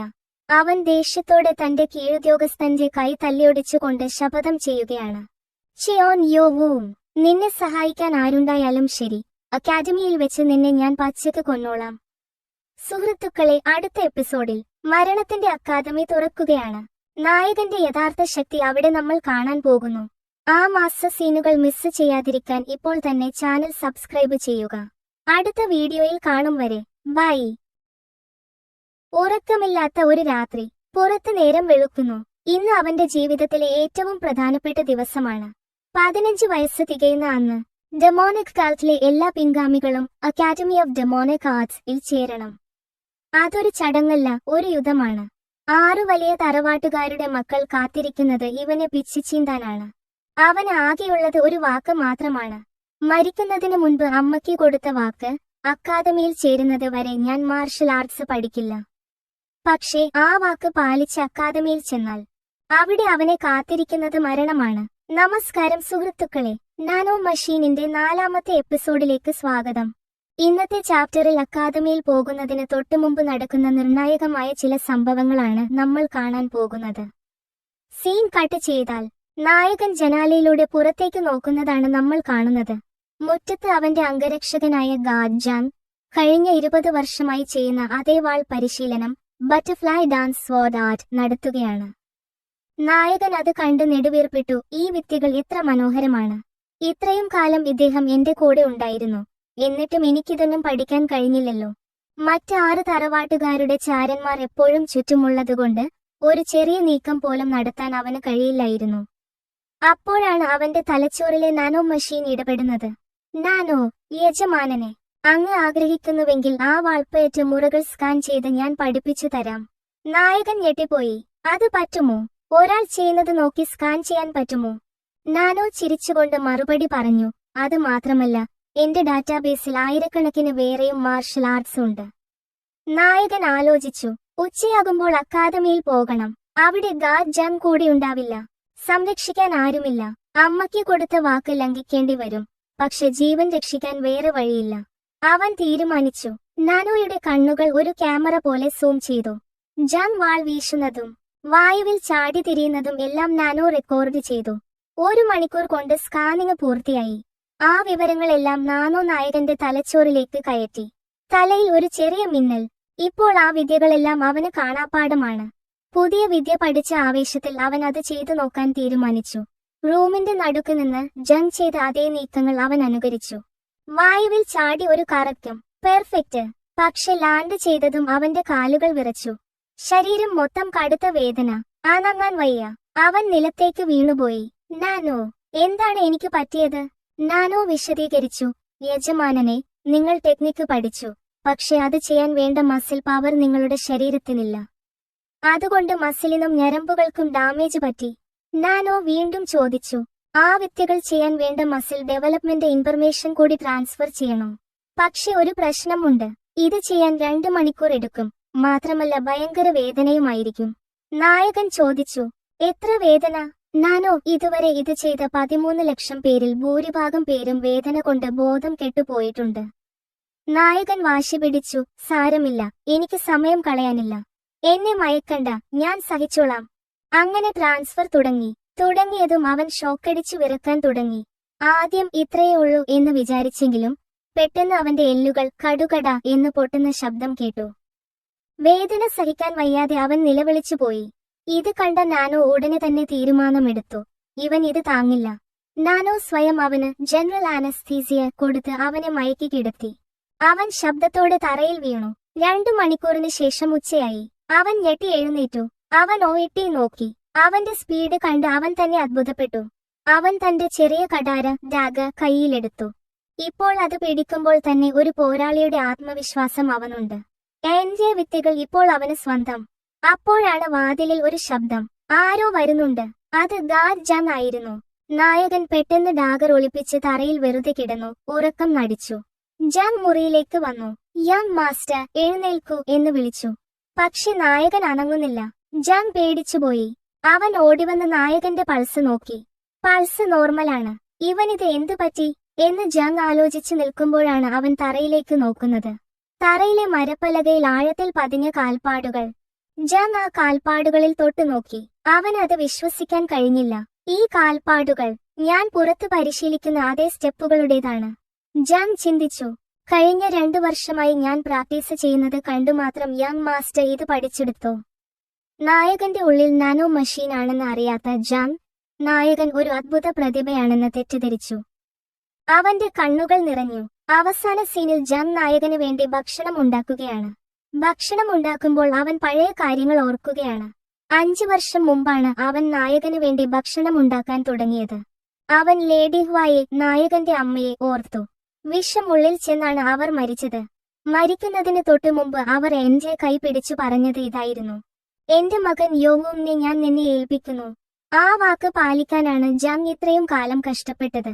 ഇപ്പോൾ നായകൻ അക്കാദമിയിലേക്ക് പോവുകയാണ്. ഇനി അങ്ങോട്ട് എന്റെ കൈ കൂടി ഉണ്ടാവില്ല. ലേഡി ഹ്വ, അങ്ങ് മുകളിൽ ഇരുന്ന് അവനെ കാത്തോളണേ എന്ന് പ്രാർത്ഥിച്ചുകൊണ്ട് അവൻ കുക്കിംഗ് തുടരുന്നു. ഇതോടെ 4ാം ചാപ്റ്റർ ഇവിടെ അവസാനിക്കുകയാണ്. അടുത്ത എപ്പിസോഡിൽ മരണത്തിന്റെ അക്കാദമി തുറക്കുകയാണ്. നായകന്റെ യഥാർത്ഥ ശക്തി അവിടെ നമ്മൾ കാണാൻ പോകുന്നു. ആ മാസ്റ്റർ സീനുകൾ മിസ് ചെയ്യാതിരിക്കാൻ ഇപ്പോൾ തന്നെ ചാനൽ സബ്സ്ക്രൈബ് ചെയ്യുക. അടുത്ത വീഡിയോയിൽ കാണും വരെ ബൈ. വായുവിനെ കീറിമുറിക്കുന്ന വേഗത. 20 വർഷം കൊണ്ട് ഒരാൾ പഠിച്ച കഠിനമായ വിദ്യകൾ വെറും ഒരൊറ്റ നിമിഷം കൊണ്ട് അവൻ സ്വന്തമാക്കിയിരിക്കുന്നു. ആവേശത്തിൽ അവൻ വായുവിൽ കറങ്ങി തറയിലേക്ക് ലാൻഡ് ചെയ്തു. പക്ഷെ താഴേക്ക് നോക്കി അവൻ ഞെട്ടിപ്പോയി. തറയിലെ മരപ്പലകയിൽ അവന്റെ കാൽപ്പാടുകൾ ആഴത്തിൽ പതിഞ്ഞിരിക്കുന്നു. ഇത് ഗാർഡ് ജാങ് കണ്ടാൽ കളി മാറും. നമസ്കാരം സുഹൃത്തുക്കളെ, നാനോ മെഷീനിന്റെ 5ാമത്തെ എപ്പിസോഡിലേക്ക് സ്വാഗതം. മസിൽ സെറ്റ് ആയതുകൊണ്ട് മാത്രം കാര്യമില്ല, അത് ഉപയോഗിക്കേണ്ട ടെക്നിക് കൂടി വേണം. ഗാർഡ് ജാങ്ങിന്റെ കണ്ണുവെട്ടിച്ച് നായകൻ നടത്തുന്ന രഹസ്യ നീക്കങ്ങളാണ് ഇന്ന് നമ്മൾ കാണാൻ പോകുന്നത്. സീൻ കട്ട് ചെയ്താൽ മസിൽ ട്രാൻസ്ഫർ കഴിഞ്ഞ് എഴുന്നേറ്റ നായകൻ തന്റെ പുതിയ ശരീരം ഒന്ന് ടെസ്റ്റ് ചെയ്യാൻ തീരുമാനിച്ചു. അവൻ ആ ഡാഗർ കയ്യിലെടുത്തു. നാനോ അവനോട് പറഞ്ഞു, യജമാനനെ, 20 വർഷം ട്രെയിനിങ് ചെയ്ത ഒരാളുടെ മസിൽ മെമ്മറി ഇപ്പോൾ നിങ്ങളിലുണ്ട്. അവൻ ആ മുറിയുടെ നടുക്കുനിന്ന് ജാങ്ങിന്റെ മൂവ്മെന്റ്സ് അനുകരിക്കാൻ തുടങ്ങി. വായുവിൽ കറങ്ങി വെട്ടുന്നതും ചാടുന്നതും ഒക്കെ അവൻ അനായാസം ചെയ്തു. അവന് തന്നെ അത് വിശ്വസിക്കാൻ പറ്റുന്നില്ല. ഇത് വേറെ ലെവലാണ് എന്ന് അവൻ ആവേശത്തോടെ പറഞ്ഞു. പക്ഷെ നേരത്തെ കണ്ട പോലെ ലാൻഡ് ചെയ്തപ്പോൾ തറയിൽ വലിയ കുഴികൾ വീണു. അപ്പോഴാണ് അവന് കാര്യം പിടികിട്ടിയത്. അവൻ ടെക്നിക്ക് പഠിച്ചു, പക്ഷെ അത് കൺട്രോൾ ചെയ്യാനുള്ള ഇന്റേണൽ എനർജി ആവുന്നില്ല. അതുകൊണ്ടാണ് ബലം കൂടി തറയിൽ കുഴി വീണത്. അപ്പോഴേക്കും വാതിലിൽ മുട്ട് കേട്ടു. ഗാർഡ് ജാങ് ബ്രേക്ക്ഫാസ്റ്റുമായി വരികയാണ്. നായകൻ ആകെ പെട്ടുപോയി. അവൻ വേഗം ആ കാൽപ്പാടുകൾ ചവിട്ടി താഴ്ത്തി മറക്കാൻ നോക്കിയെങ്കിലും നടന്നില്ല. ജാങ് അകത്തേക്ക് വന്നു. നായകൻ ഒന്നും സംഭവിക്കാത്ത പോലെ അഭിനയിച്ചു. പക്ഷെ ജാങ് കൊണ്ടുവന്ന ഭക്ഷണം കണ്ടപ്പോൾ നായകന്റെ കണ്ണ് നിറഞ്ഞുപോയി. വറുത്ത പന്നിയിറച്ചി, ചീര, മുട്ട പൊരിച്ചത് എല്ലാം അവന് ഏറ്റവും ഇഷ്ടപ്പെട്ട വിഭവങ്ങളാണ്. ഭക്ഷണം കഴിക്കാൻ തുടങ്ങിയപ്പോൾ നായകന് തൊണ്ടയിൽ ഭക്ഷണം ഇറങ്ങുന്നില്ല. ഇമോഷണൽ ആയതുകൊണ്ട് അവന് ആസിഡ് റീഫ്ലക്സ് വന്നു. ഉടനെ നാനോ ഇടപെട്ടു. യജമാനനെ, ദഹനം നടക്കാൻ ഞാൻ ഉമിനീർ ഗ്രന്ഥികൾ പ്രവർത്തിപ്പിച്ചു തരട്ടെ? ദേഷ്യം വന്ന നായകൻ മനസ്സിൽ പറഞ്ഞു, ഒന്ന് മിണ്ടാതിരിക്കുക. മനുഷ്യൻ ഇവിടെ സെന്റി അടിച്ചിരിക്കുമ്പോഴാണ് അവന്റെ ഒരു സയൻസ്. അവൻ കരച്ചിൽ അടക്കിപ്പിടിച്ച് ആ ഭക്ഷണം മുഴുവൻ വാരി കഴിച്ചു. ഇനി എപ്പോഴാണ് ജാങ്ങിന്റെ കൈകൊണ്ട് ഒരുണ് കഴിക്കാൻ പറ്റുക എന്നവൻ വേദനയോടെ ഓർത്തു. ഭക്ഷണം കഴിച്ചു കഴിഞ്ഞതും ജാങ് ആ ചോദ്യം ചോദിച്ചു, യങ് മാസ്റ്റർ, എന്നാണ് നിങ്ങൾ എന്റെ ഡാഗർ ടെക്നിക്ക് മോഷ്ടിച്ചു പഠിച്ചത്? നായകൻ ഞെട്ടിപ്പോയി. കള്ളം കൈയോടെ പിടിക്കപ്പെട്ടു. ജാങ് അവനെ വലിച്ച് ആ കാൽപ്പാടുകളുടെ അടുത്തേക്ക് കൊണ്ടുപോയി. ഇത് നോക്കൂ, ഇത്രയും ആഴത്തിൽ കാൽപ്പാട് വരണമെങ്കിൽ അത് അത്രയും കൃത്യമായിരിക്കണം. അന്യന്റെ വിദ്യ മോഷ്ടിക്കുന്നത് മുറും ലോകത്ത് വലിയ തെറ്റാണ്. നായകൻ പേടിച്ചു വിറച്ചു. അവൻ പറഞ്ഞു, എനിക്ക് തെറ്റുപറ്റിപ്പോയി ജാങ്, എന്നോട് ക്ഷമിക്കണം. പക്ഷെ ജാങ് ചിരിക്കുകയായിരുന്നു. അവൻ പറഞ്ഞു, നന്നായിട്ടുണ്ട് യങ് മാസ്റ്റർ. നായകൻ അന്തം വിട്ടുപോയി. ജാങ് പറഞ്ഞു, ആ 6 തറവാട്ടുകാരുടെ കണ്ണുകളില്ലാത്തായിരുന്നെങ്കിൽ ഞാൻ തന്നെ ഇത് നിങ്ങളെ പഠിപ്പിച്ചേനെ. എന്നിട്ട് ജാങ് തന്റെ പോക്കറ്റിൽ നിന്ന് ഒരു പഴയ ബുക്ക് എടുത്തു കൊടുത്തു. ഇതൊരു സമ്മാനമാണ്. ആ ഡാഗർ ടെക്നിക്കിന് വേണ്ടിയുള്ള ഇന്റേണൽ എനർജി എങ്ങനെ ഉപയോഗിക്കണം എന്നുള്ള രഹസ്യങ്ങളാണ് ഇതിലുള്ളത്. ഇത് കേട്ടപ്പോൾ നായകന് സങ്കടം സഹിക്കാനായില്ല. അവൻ ജാങ്ങിനെ കെട്ടിപ്പിടിച്ചു കരഞ്ഞു. ഇനി മേലാൽ ഞാൻ കരയില്ല എന്ന് അവൻ ശപഥം ചെയ്തു. 5 വർഷം മുമ്പ് അമ്മ മരിച്ചപ്പോൾ ഉണ്ടായ അതേ വേദനയാണ് അവനിപ്പോൾ. സീൻ നേരെ അക്കാദമിയിലേക്ക്. വലിയൊരു ഗേറ്റിന് മുന്നിൽ 1000ഓളം വിദ്യാർത്ഥികൾ തടിച്ചുകൂടിയിട്ടുണ്ട്. അവിടെ ഒരു സ്റ്റേജിൽ ഒരാൾ നിൽക്കുന്നുണ്ട്. ചുവന്ന മുടിയുള്ള ആദികായനായ ഒരാൾ. അതാണ് lord of the flame, Hwanyong Lee. ആ കാലത്തിലെ ഏറ്റവും ശക്തരായ 5 പേരിൽ ഒരാളാണ് ഇദ്ദേഹം. അദ്ദേഹം താഴേക്ക് നോക്കുമ്പോൾ മുൻനിരയിൽ നിൽക്കുന്ന 6 പേരെ കാണുന്നു. ഡെമോണിക് കാലത്തിലെ 6 പ്രധാന തറവാടുകളിലെ അവകാശികൾ, യങ് മാസ്റ്റേഴ്സ്. അവരെ നമുക്ക് പരിചയപ്പെടാം. മുയോൺ ചെയോൺ, ഷാഡോ സെക്ടിന്റെ അവകാശി. ഗ്യോങ് അൻ ചെയോൺ, സ്വാർഡ് ക്ലാനിൽ നിന്നുള്ളവൻ. മുജിയം ചെയോൺ, സ്റ്റെൽത്ത് സെക്ട്. ഇവനാണ് നമ്മുടെ നായകനെ കൊല്ലാൻ ആളെ വിട്ട വില്ലൻ. Jong Seom Cheon, poison sect. Yuchen Cheon, sabre sect. Wonyu Cheon, musician sect, കൂട്ടത്തിലെ ഏക പേണരി. ഹവന്യോങ് ലീ ലിസ്റ്റ് നോക്കിയിട്ട് ചോദിക്കുന്നു, അല്ല, 7ാമൻ എവിടെ? ചിയോൺ യോ വൂങ് എവിടെ? എല്ലാവരും നായകനെ കാത്തിരിക്കുകയാണ്. അവിടെ വില്ലൻ മുഖം ദേഷ്യത്തിൽ നിൽക്കുന്നുണ്ട്. ഇവനെന്താ ഇതുവരെ വരാത്തത്? സുഹൃത്തുക്കളെ, ഇനി അങ്ങോട്ട് അക്കാദമിയിൽ നടക്കാൻ പോകുന്നത് പൊരിഞ്ഞ പോരാട്ടമാണ്. അത് നമുക്ക് അടുത്ത എപ്പിസോഡിൽ കാണാം. സബ്സ്ക്രൈബ് ചെയ്യാൻ മറക്കല്ലേ. Academy of demonic arts. ഈ പേര് കേൾക്കുമ്പോൾ തന്നെ ഏതൊരു അഭ്യാസിയുടെയും ഉള്ളൊന്ന് ആളിക്കത്തും. കാരണം അവിടെ നിന്നാണ് ഡിമോണിക് കൾട്ടിലെ ഏറ്റവും ക്രൂരന്മാരായ പോരാളികൾ ജനിക്കുന്നത്. എന്നാൽ ആ നരകവാതിലിന് മുന്നിൽ വെച്ച് തന്നെ നമ്മുടെ നായകനെ അവർ ഒറ്റപ്പെടുത്തിയിരിക്കുകയാണ്. രജിസ്ട്രേഷൻ കൗണ്ടറിൽ ഇരിക്കുന്ന ഉദ്യോഗസ്ഥൻ ഒരു വല്ലാത്ത ചിരിയോടെ നായകനെ നോക്കി പറഞ്ഞു, അയ്യോ, കഷ്ടമായി പോയല്ലോ. നമ്പർ 7 ബാഡ്ജ് മാത്രം ഇവിടെ കാണാനില്ല. അതൊരു അബദ്ധമായിരുന്നില്ല സുഹൃത്തുക്കളെ. ആ 6 വലിയ തറവാട്ടുകാർ ചേർന്ന് ഒരുക്കിയ കൃത്യമായ പ്ലാൻ ആയിരുന്നു അത്. ആയിരക്കണക്കിന് കുട്ടികളുടെ മുന്നിൽ വെച്ച് അവനെ നാണം കെടുത്തി, ദേഷ്യം പിടിപ്പിച്ച് അക്കാദമിയിൽ കാലുകുത്തുന്നതിന് മുമ്പ് തന്നെ അവനെ പുറത്താക്കാനുള്ള കെണി. സാധാരണയായിരുന്നെങ്കിൽ അവൻ അവിടെ നിന്ന് പൊട്ടിക്കരഞ്ഞേനെ. പക്ഷെ അവർക്ക് അറിയില്ലായിരുന്നു പഴയ ആ ദുർബലനായ പയ്യനല്ല തിരിച്ചു വന്നിരിക്കുന്നത് എന്ന്. നമസ്കാരം സുഹൃത്തുക്കളെ, നാനോ മെഷീനിന്റെ 6ാമത്തെ എപ്പിസോഡിലേക്ക് എല്ലാവർക്കും സ്വാഗതം. കഴിഞ്ഞ എപ്പിസോഡിൽ ഗാർഡ് ജാങ്ങിന്റെ സ്പെഷ്യൽ ട്രെയിനിങ് കഴിഞ്ഞ് അത്യാവശ്യം മസിലും പവറും ഒക്കെയായി നായകൻ തിരിച്ചുവന്നത് നമ്മൾ കണ്ടതാണ്. എന്നാൽ മസിൽ പവർ മാത്രം പോരാ, ബുദ്ധിശക്തി കൂടി ഉണ്ടെങ്കിലേ ഈ വലിയ ശത്രുക്കളെ തോൽപ്പിക്കാൻ പറ്റൂ എന്ന് അവന് ഇന്ന് മനസ്സിലാകും. അക്കാദമിയിലെ ആദ്യ ദിവസം നടക്കുന്ന ഞെട്ടിക്കുന്ന ട്വിസ്റ്റുകൾ എന്തൊക്കെയാണെന്ന് നമുക്ക് നോക്കാം. കഥയിലേക്ക് വന്നാൽ, അക്കാദമിയുടെ വലിയ കവാടത്തിന് മുന്നിൽ ഉദ്യോഗസ്ഥർ ഓരോരുത്തർക്കും അഡ്മിഷൻ ബാഡ്ജുകൾ വിതരണം ചെയ്യുകയാണ്. 6 വലിയ തറവാട്ടിലെയും രാജകുമാരന്മാർക്ക് രാജകീയ പരിഗണന കിട്ടുമ്പോൾ നമ്മുടെ നായകന് മാത്രം അവഗണനയാണ്. ലിസ്റ്റിൽ പേരുണ്ട്, പക്ഷേ ബാഡ്ജ് ഇല്ല. ഉദ്യോഗസ്ഥന്റെ ആ പരിഹാസച്ചിരി കണ്ടപ്പോൾ തന്നെ നായകന് കാര്യം പിടികിട്ടി. ഇത് തന്നെ ദേഷ്യം പിടിപ്പിക്കാൻ വേണ്ടി ചെയ്യുന്നതാണ്. ഇവിടെ വെച്ച് ബഹളമുണ്ടാക്കിയാൽ അച്ചടക്കമില്ലാത്തവൻ എന്ന മുദ്രകുത്തി അവർക്ക് അവനെ പുറത്താക്കാം. അത് 6 തറവാട്ടുകാരുടെ പദ്ധതിയാണ്. അതുകൊണ്ട് നായകൻ വളരെ ശാന്തനായി നിന്നു. അവൻ മനസ്സിൽ പറഞ്ഞു, ഇപ്പോൾ എന്നെക്കൊണ്ട് ഒന്നും ചെയ്യാൻ പറ്റില്ല. ഈ അപമാനം ഞാൻ സഹിക്കുന്നു. പക്ഷെ എന്നെങ്കിലും ഇതിന് ഞാൻ പലിശ സഹിതം മറുപടി തന്നിരിക്കും. അവൻ ആരോടും തർക്കിക്കാൻ പോയില്ല. ബാഡ്ജ് കിട്ടുമ്പോൾ വാങ്ങാം എന്ന് പറഞ്ഞ് ക്യൂവിന്റെ ഏറ്റവും പിന്നിലായി ആരും ശ്രദ്ധിക്കാത്ത ഒരിടത്ത് പോയി അവൻ നിന്നു. ബാക്കിയുള്ള കുട്ടികൾ അവനെ നോക്കി പരസ്പരം അടക്കം പറയുന്നുണ്ട്, നോക്ക്, അതാണ് ആ അവിഹിത സന്തതി, അവന് നാണമില്ലേ ഇവിടെ വരാൻ, അമ്മയില്ലാത്തവൻ എന്നൊക്കെ പറഞ്ഞ് അവർ അവനെ കളിയാക്കി ചിരിക്കുന്നു. ഈ വാക്കുകൾ ഓരോന്നും അവന്റെ നെഞ്ചിൽ തറയ്ക്കുന്നുണ്ടായിരുന്നു. പക്ഷേ തന്റെ ലക്ഷ്യം ഇതൊന്നുമല്ല എന്ന് അവന് നന്നായി അറിയാം. പെട്ടെന്ന് അവിടെ കൂടിയിരുന്നവരെല്ലാം ഞെട്ടിവിതയ്ക്കുന്ന രീതിയിൽ വലിയൊരു സ്ഫോടന ശബ്ദം കേട്ടു. അക്കാദമിയുടെ കൂറ്റൻ ഇരുമ്പ് വാതിലുകൾ വലിഞ്ഞു തുറന്നു. കാതടപ്പിക്കുന്ന ശബ്ദത്തിൽ കാഹളം മുഴങ്ങി. അക്കാദമിയുടെ കാവൽക്കാരായ ഡിമോണിക് കൾട്ടിലെ ഏറ്റവും ശക്തരായ 3 ഗാർഡിയൻസ് അങ്ങോട്ട് കടന്നുവന്നു. ആദ്യം വന്നത് കയ്യിൽ ഒരു മദ്യക്കുപ്പിയുമായി നടക്കുമ്പോൾ വേച്ചുപോകുന്ന മാഡ് ബ്ലേഡ് ആയിരുന്നു. കണ്ടാൽ ഒരു കൊടിയനെ പോലെ തോന്നുമെങ്കിലും കയ്യിലുള്ള വാൾ ഒന്ന് അനങ്ങിയാൽ തലകൾ വീഴുമെന്ന് കണ്ടാൽ തന്നെ അറിയാം. തൊട്ടുപിന്നാലെ അഗ്നിപർവ്വതം പോലെ ചുവന്ന മുടിയും തീക്ഷ്ണമായ കണ്ണുകളുമുള്ള lord of the flame Hwamyong Lee.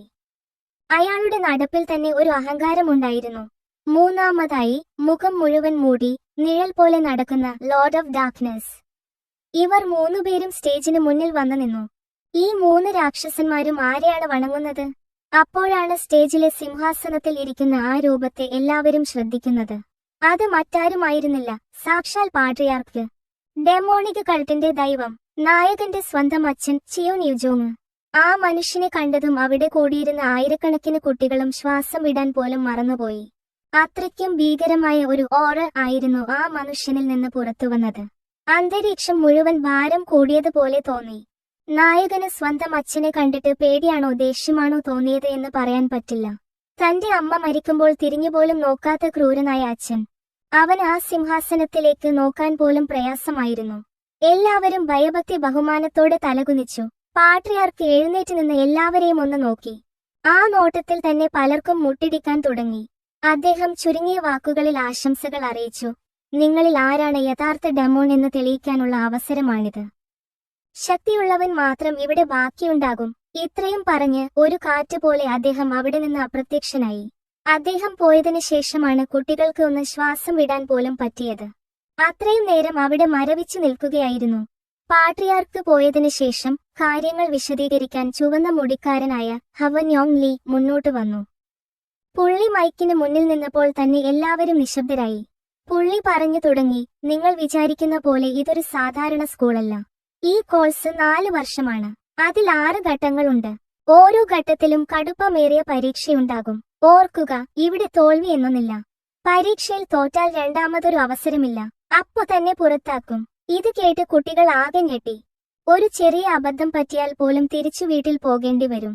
അദ്ദേഹം തുടർന്നു, ഇവിടെ നിങ്ങൾക്ക് ടീം ലീഡർ ആകാം, ഇൻസ്ട്രക്ടർ ആകാം, അവസാനം വേണമെങ്കിൽ എന്റെ സ്ഥാനം വരെ നിങ്ങൾക്ക് പിടിച്ചെടുക്കാം. പക്ഷേ അതിനെല്ലാം കഴിവ് വേണം. ഇത് കേട്ടപ്പോൾ മുൻനിരയിൽ നിന്നും ഒരു കൈ ഉയർന്നു. അത് 6 തറവാട്ടുകാരിൽ ഒരാളായ വാൾപ്പയറ്റിൽ അഗ്രഗണ്യനായ ഗ്യോങ് അൻ ചെയോൺ സ്വോർഡ് ക്ലാൻ ആയിരുന്നു. വലിയ തറവാട്ടിലെ രാജകുമാരനായതുകൊണ്ട് തനിക്ക് എന്ത് ചോദ്യവും ചോദിക്കാം എന്ന അഹങ്കാരം അവന്റെ മുഖത്തുണ്ടായിരുന്നു. അവൻ ചോദിച്ചു, വാർഡൻ, എനിക്കൊരു ചോദ്യമുണ്ട്. ഈ പരീക്ഷകളിൽ അവൻ വാചകം മുഴുമിപ്പിക്കുന്നതിന് മുമ്പ് തന്നെ ഹ്വാമ്യൂങ് ലീയുടെ മുഖം മാറി. ആകാശത്ത് നിന്ന് ഈ ഇട്ടി വെട്ടുന്ന ഒച്ചയിൽ പൊള്ളി അലറി, ആരാടാ നിന്നോട് ചോദ്യം ചോദിക്കാൻ പറഞ്ഞത്? ആ അലർച്ചയിൽ സ്റ്റേജിലെ പൊടിപടലങ്ങൾ പോലും പറന്നുപോയി. എല്ലാവരും ഞെട്ടിത്തെറിച്ചു. ഹ്വാമ്യൂങ് ലീ തുടർന്നു, ഞാൻ സംസാരിച്ചു കഴിഞ്ഞിട്ടില്ല. ഞാൻ അനുവാദം തരാതെ വാ തുറക്കാൻ ആരാണ് നിനക്ക് ധൈര്യം തന്നത്? എന്നിട്ട് പുള്ളി ആ മാസ്റ്റർ ഡയലോഗ് അടിച്ചു, നിങ്ങൾ പുറത്ത് ആരായാലും എനിക്കൊരു പ്രശ്നവുമില്ല. രാജാവിന്റെ മോനായാലും മന്ത്രിയുടെ മോനായാലും ഈ അക്കാദമിക്കുള്ളിൽ കയറിയാൽ എല്ലാവരും എനിക്ക് തുല്യരാണ്. നിങ്ങളുടെ ബാഡ്ജിലെ നമ്പർ നോക്കിയാണ് ഞാൻ നിങ്ങളെ വിലയിരുത്തുന്നത്, അല്ലാതെ നിങ്ങളുടെ തറവാട് നോക്കിയല്ല. സ്കോട്ട്ലാൻഡിലെ രാജകുമാരൻ ആകെ നാണം കെട്ടുപോയി. മുഖം ചുവന്ന് അപമാനം സഹിക്കാൻ വയ്യാതെ അവൻ തല താഴ്ത്തി. ഇത്രയും വലിയൊരു സദസ്സിൽ വെച്ച് ഇങ്ങനെ ഒരു അനുഭവം അവൻ ആദ്യമായിട്ടാണ്. ഇത് കണ്ട് പിന്നിൽ നിന്ന നായകന് വല്ലാത്തൊരു സന്തോഷം തോന്നി. പണവും പവറും ഉണ്ടെന്ന് കരുതി ഇവിടെ കാര്യമില്ലെന്ന് ഇപ്പോൾ എല്ലാവർക്കും മനസ്സിലായി. ഹ്വാമ്യൂങ് ലീ എല്ലാവരെയും ഒന്ന് വിരട്ടിയിട്ട് നിയമങ്ങൾ പറയാൻ തുടങ്ങി. നിയമങ്ങൾ കേൾക്കുമ്പോൾ കടുപ്പമാണെന്ന് തോന്നുമെങ്കിലും ജയിക്കുന്നവർക്ക് കിട്ടുന്ന സമ്മാനങ്ങൾ കേട്ടപ്പോൾ നായകന്റെ കണ്ണ് തള്ളിപ്പോയി. ജയിക്കുന്നവർക്ക് കിട്ടുന്ന ഒന്നാമത്തെ സമ്മാനം ഡെമോണിക് ഡ്രാഗൺ മാർബിൾ ആണ്. ഇതൊരു സാധാരണ മരുന്നല്ല. ഓരോ ഘട്ടം ജയിക്കുമ്പോഴും ഈ മരുന്ന് സമ്മാനമായി കിട്ടും. ഇത് കഴിച്ചാൽ ഒരു മനുഷ്യൻ 20 വർഷം തപസ് ചെയ്താൽ കിട്ടുന്ന ഇന്റേണൽ എനർജി QI വെറുതെ കിട്ടും. അതായത് ഒരു തുള്ളി വിയർപ്പ് ഒഴുക്കാതെ 20 വർഷത്തെ ശക്തി. നായകനെ സംബന്ധിച്ചിടത്തോളം ഇതൊരു ലോട്ടറിയാണ്. കാരണം അവന് ഇതുവരെ ഇന്റേണൽ എനർജി പരിശീലിപ്പിക്കാൻ ആരും ഉണ്ടായിരുന്നില്ല. അവന്റെ ശരീരത്തിൽ ഇപ്പോൾ മസിൽ മാത്രമേയുള്ളൂ, ശക്തിയില്ല. ഈ മരുന്ന് കിട്ടിയാൽ തന്റെ കൂടെയുള്ള നാനോ മെഷീൻ ഉപയോഗിച്ച് അത് കൃത്യമായി ശരീരത്തിലേക്ക് ആഗിരണം ചെയ്യാൻ പറ്റും. രണ്ടാമത്തെ സമ്മാനം അതിലും വലുതാണ്, സീക്രട്ട് ലൈബ്രറി. അക്കാദമിയിലെ ലൈബ്രറിയിൽ 5 നിലകളുണ്ട്. ഒന്നാം ഘട്ടം ജയിക്കുന്നവർക്ക് 1-ാം നിലയിൽ കയറാം. അവിടെ നിറയെ അടിത്തറ പാകാനുള്ള പുസ്തകങ്ങളാണ്. മുകളിലേക്ക് പോകുന്തോറും പുസ്തകങ്ങളുടെ മൂല്യം കൂടും. 5-ാം നിലയിലുള്ളത് ഈ ലോകം കണ്ട ഏറ്റവും വലിയ രഹസ്യവിദ്യകളാണ്. ഇത് കേട്ടപ്പോൾ നായകൻ വേറൊരു ലോകത്തായി. അവൻ മനസ്സിൽ ചിന്തിച്ചു, എന്റെ കയ്യിൽ നാനോ ഉണ്ട്. ആ ലൈബ്രറിയിൽ കയറിയാൽ പുസ്തകം തുറന്ന് വായിച്ച് സമയം കളയേണ്ട കാര്യമില്ല. ഓരോ പുസ്തകവും തൊടുമ്പോൾ തന്നെ നാനോ അത് സ്കാൻ ചെയ്ത് എന്റെ തലയിൽ കയറ്റും. മറ്റുള്ളവർ 10 വർഷം കൊണ്ട് പഠിക്കുന്നത് എനിക്ക് 10 സെക്കൻഡ് കൊണ്ട് പഠിക്കാം. പക്ഷെ ഹ്വാമ്യൂങ് ലീ ഒരു മുന്നറിയിപ്പ് കൂടി നൽകി, ഇതുവരെ ഈ അക്കാദമിയുടെ ചരിത്രത്തിൽ ആരും 5-ാം നിലയിൽ എത്തിയിട്ടില്ല. അതുകൊണ്ട് അത് ആരും സ്വപ്നം കാണേണ്ട. ഇനി മുതൽ ഇവിടെ അതിജീവനം മാത്രമാണ് ലക്ഷ്യം. നിങ്ങളുടെ കൂടെ നിൽക്കുന്നവൻ നാളെ നിങ്ങളുടെ ശത്രുവാകാം. അതുകൊണ്ട് സൂക്ഷിക്കുക. ഇതെല്ലാം കേട്ട് നായകൻ ആവേശത്തോടെ മുഷ്ടി ചുരുട്ടി. ഇത്രയും നാൾ ഞാൻ ഒളിച്ചു നടന്നു, പേടിച്ചു ജീവിച്ചു. പക്ഷെ ഇനിയില്ല. ഈ അക്കാദമിയിലെ ഏറ്റവും ശക്തൻ ഞാൻ തന്നെയായിരിക്കും. എന്റെ അമ്മയെ കൊന്നവരോട് പകരം ചോദിക്കാൻ എനിക്ക് ശക്തി വേണം. അവന്റെ കണ്ണുകളിൽ പുതിയൊരു തീപ്പൊരി ഉണ്ടായിരുന്നു. അവസാനം ഹ്വാമ്യൂങ് ലീ ആ പ്രഖ്യാപനം നടത്തി, ഇനി സമയം കളയാനില്ല. ഇപ്പോൾ തന്നെ നിങ്ങളുടെ ആദ്യത്തെ പരീക്ഷ തുടങ്ങുകയാണ്. കുട്ടികളെല്ലാം ഞെട്ടി. വന്ന ഉടനെ പരീക്ഷയോ? ഹ്വാമ്യൂങ് ലീ തുടർന്നു, നിങ്ങളെ ഇപ്പോൾ പല ഗ്രൂപ്പുകളായി തിരിക്കും. ഓരോ ഗ്രൂപ്പിലും ഒരു ലീഡർ ഉണ്ടാകും. ബാക്കിയുള്ളവർ ആ ലീഡറെ അനുസരിക്കണം. ഇവിടെയാണ് നായകന് മുട്ടൻ പണി കിട്ടാൻ പോകുന്നത്. ഗ്രൂപ്പ് തിരിക്കുന്നത് ബാഡ്ജ് നമ്പർ അനുസരിച്ചാണ്. 10 പേർ വീതമുള്ള ഗ്രൂപ്പുകൾ. പക്ഷേ നമ്മുടെ നായകന്റെ കയ്യിൽ ഇപ്പോഴും ബാഡ്ജ് ഇല്ലല്ലോ. ബാഡ്ജ് ഇല്ലാത്ത അവനെ അവർ ഏത് ഗ്രൂപ്പിൽ ഇടും? ഇനി അവനെ ഒറ്റപ്പെടുത്തി ഏറ്റവും മോശം ഗ്രൂപ്പിൽ ഇടാനാണോ പ്ലാൻ?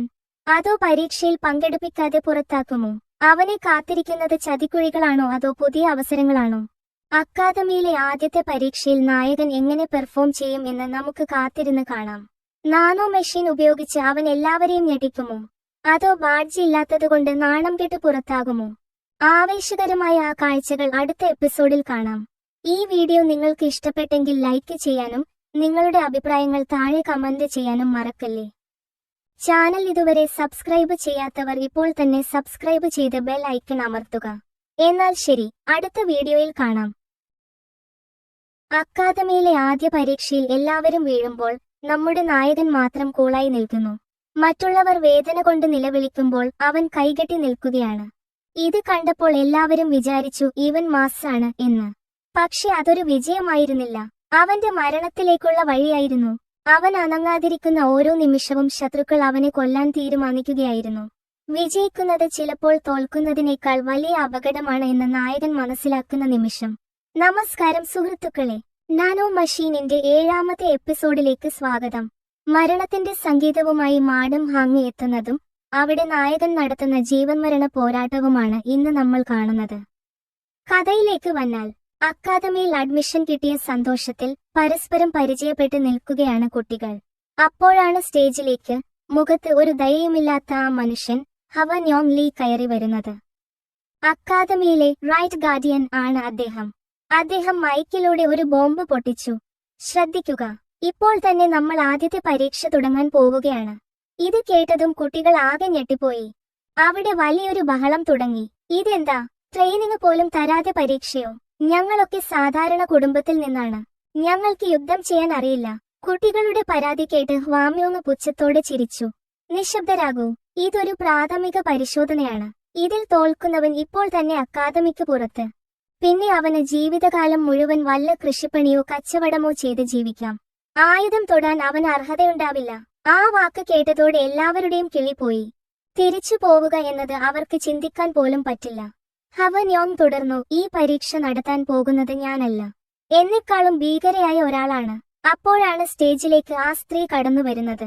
ഡെമോണിക് കാൽറ്റിലെ 5ാമത്തെ എൽഡർ മദം സോയു ഹാങ്. അവരെ കണ്ടതും അവിടെയുണ്ടായിരുന്ന മുതിർന്ന കുട്ടികൾ വരെ ഭയത്തോടെ പിന്നോട്ട് മാറി. കാരണം മ്യൂസിഷ്യൻ സെക്റ്റിന്റെ തലവനായ ഇവർ ശബ്ദം കൊണ്ട് മനുഷ്യരെ കൊല്ലുന്നതിൽ വിദഗ്ധയാണ്. അവർ സ്റ്റേജിൽ വന്നിരുന്ന തന്റെ മാൻഡോലിൻ എന്ന സംഗീതോപകരണം കയ്യിലെടുത്തു. അവർ മധുരമായ ശബ്ദത്തിൽ പറഞ്ഞു, നിയമം വളരെ ലളിതമാണ്. ഞാൻ ഈ ഉപകരണം വായിക്കുമ്പോൾ അതിൽ നിന്നും സൗണ്ട് എനർജി പുറത്തുവരും. നിങ്ങൾ ആരും ആ ശബ്ദത്തെ ആക്രമിക്കാൻ പാടില്ല. പകരം ആ ശബ്ദം സഹിച്ചു പിടിച്ചു നിൽക്കുക. വീണു പോകുന്നവർ പരാജയപ്പെടും.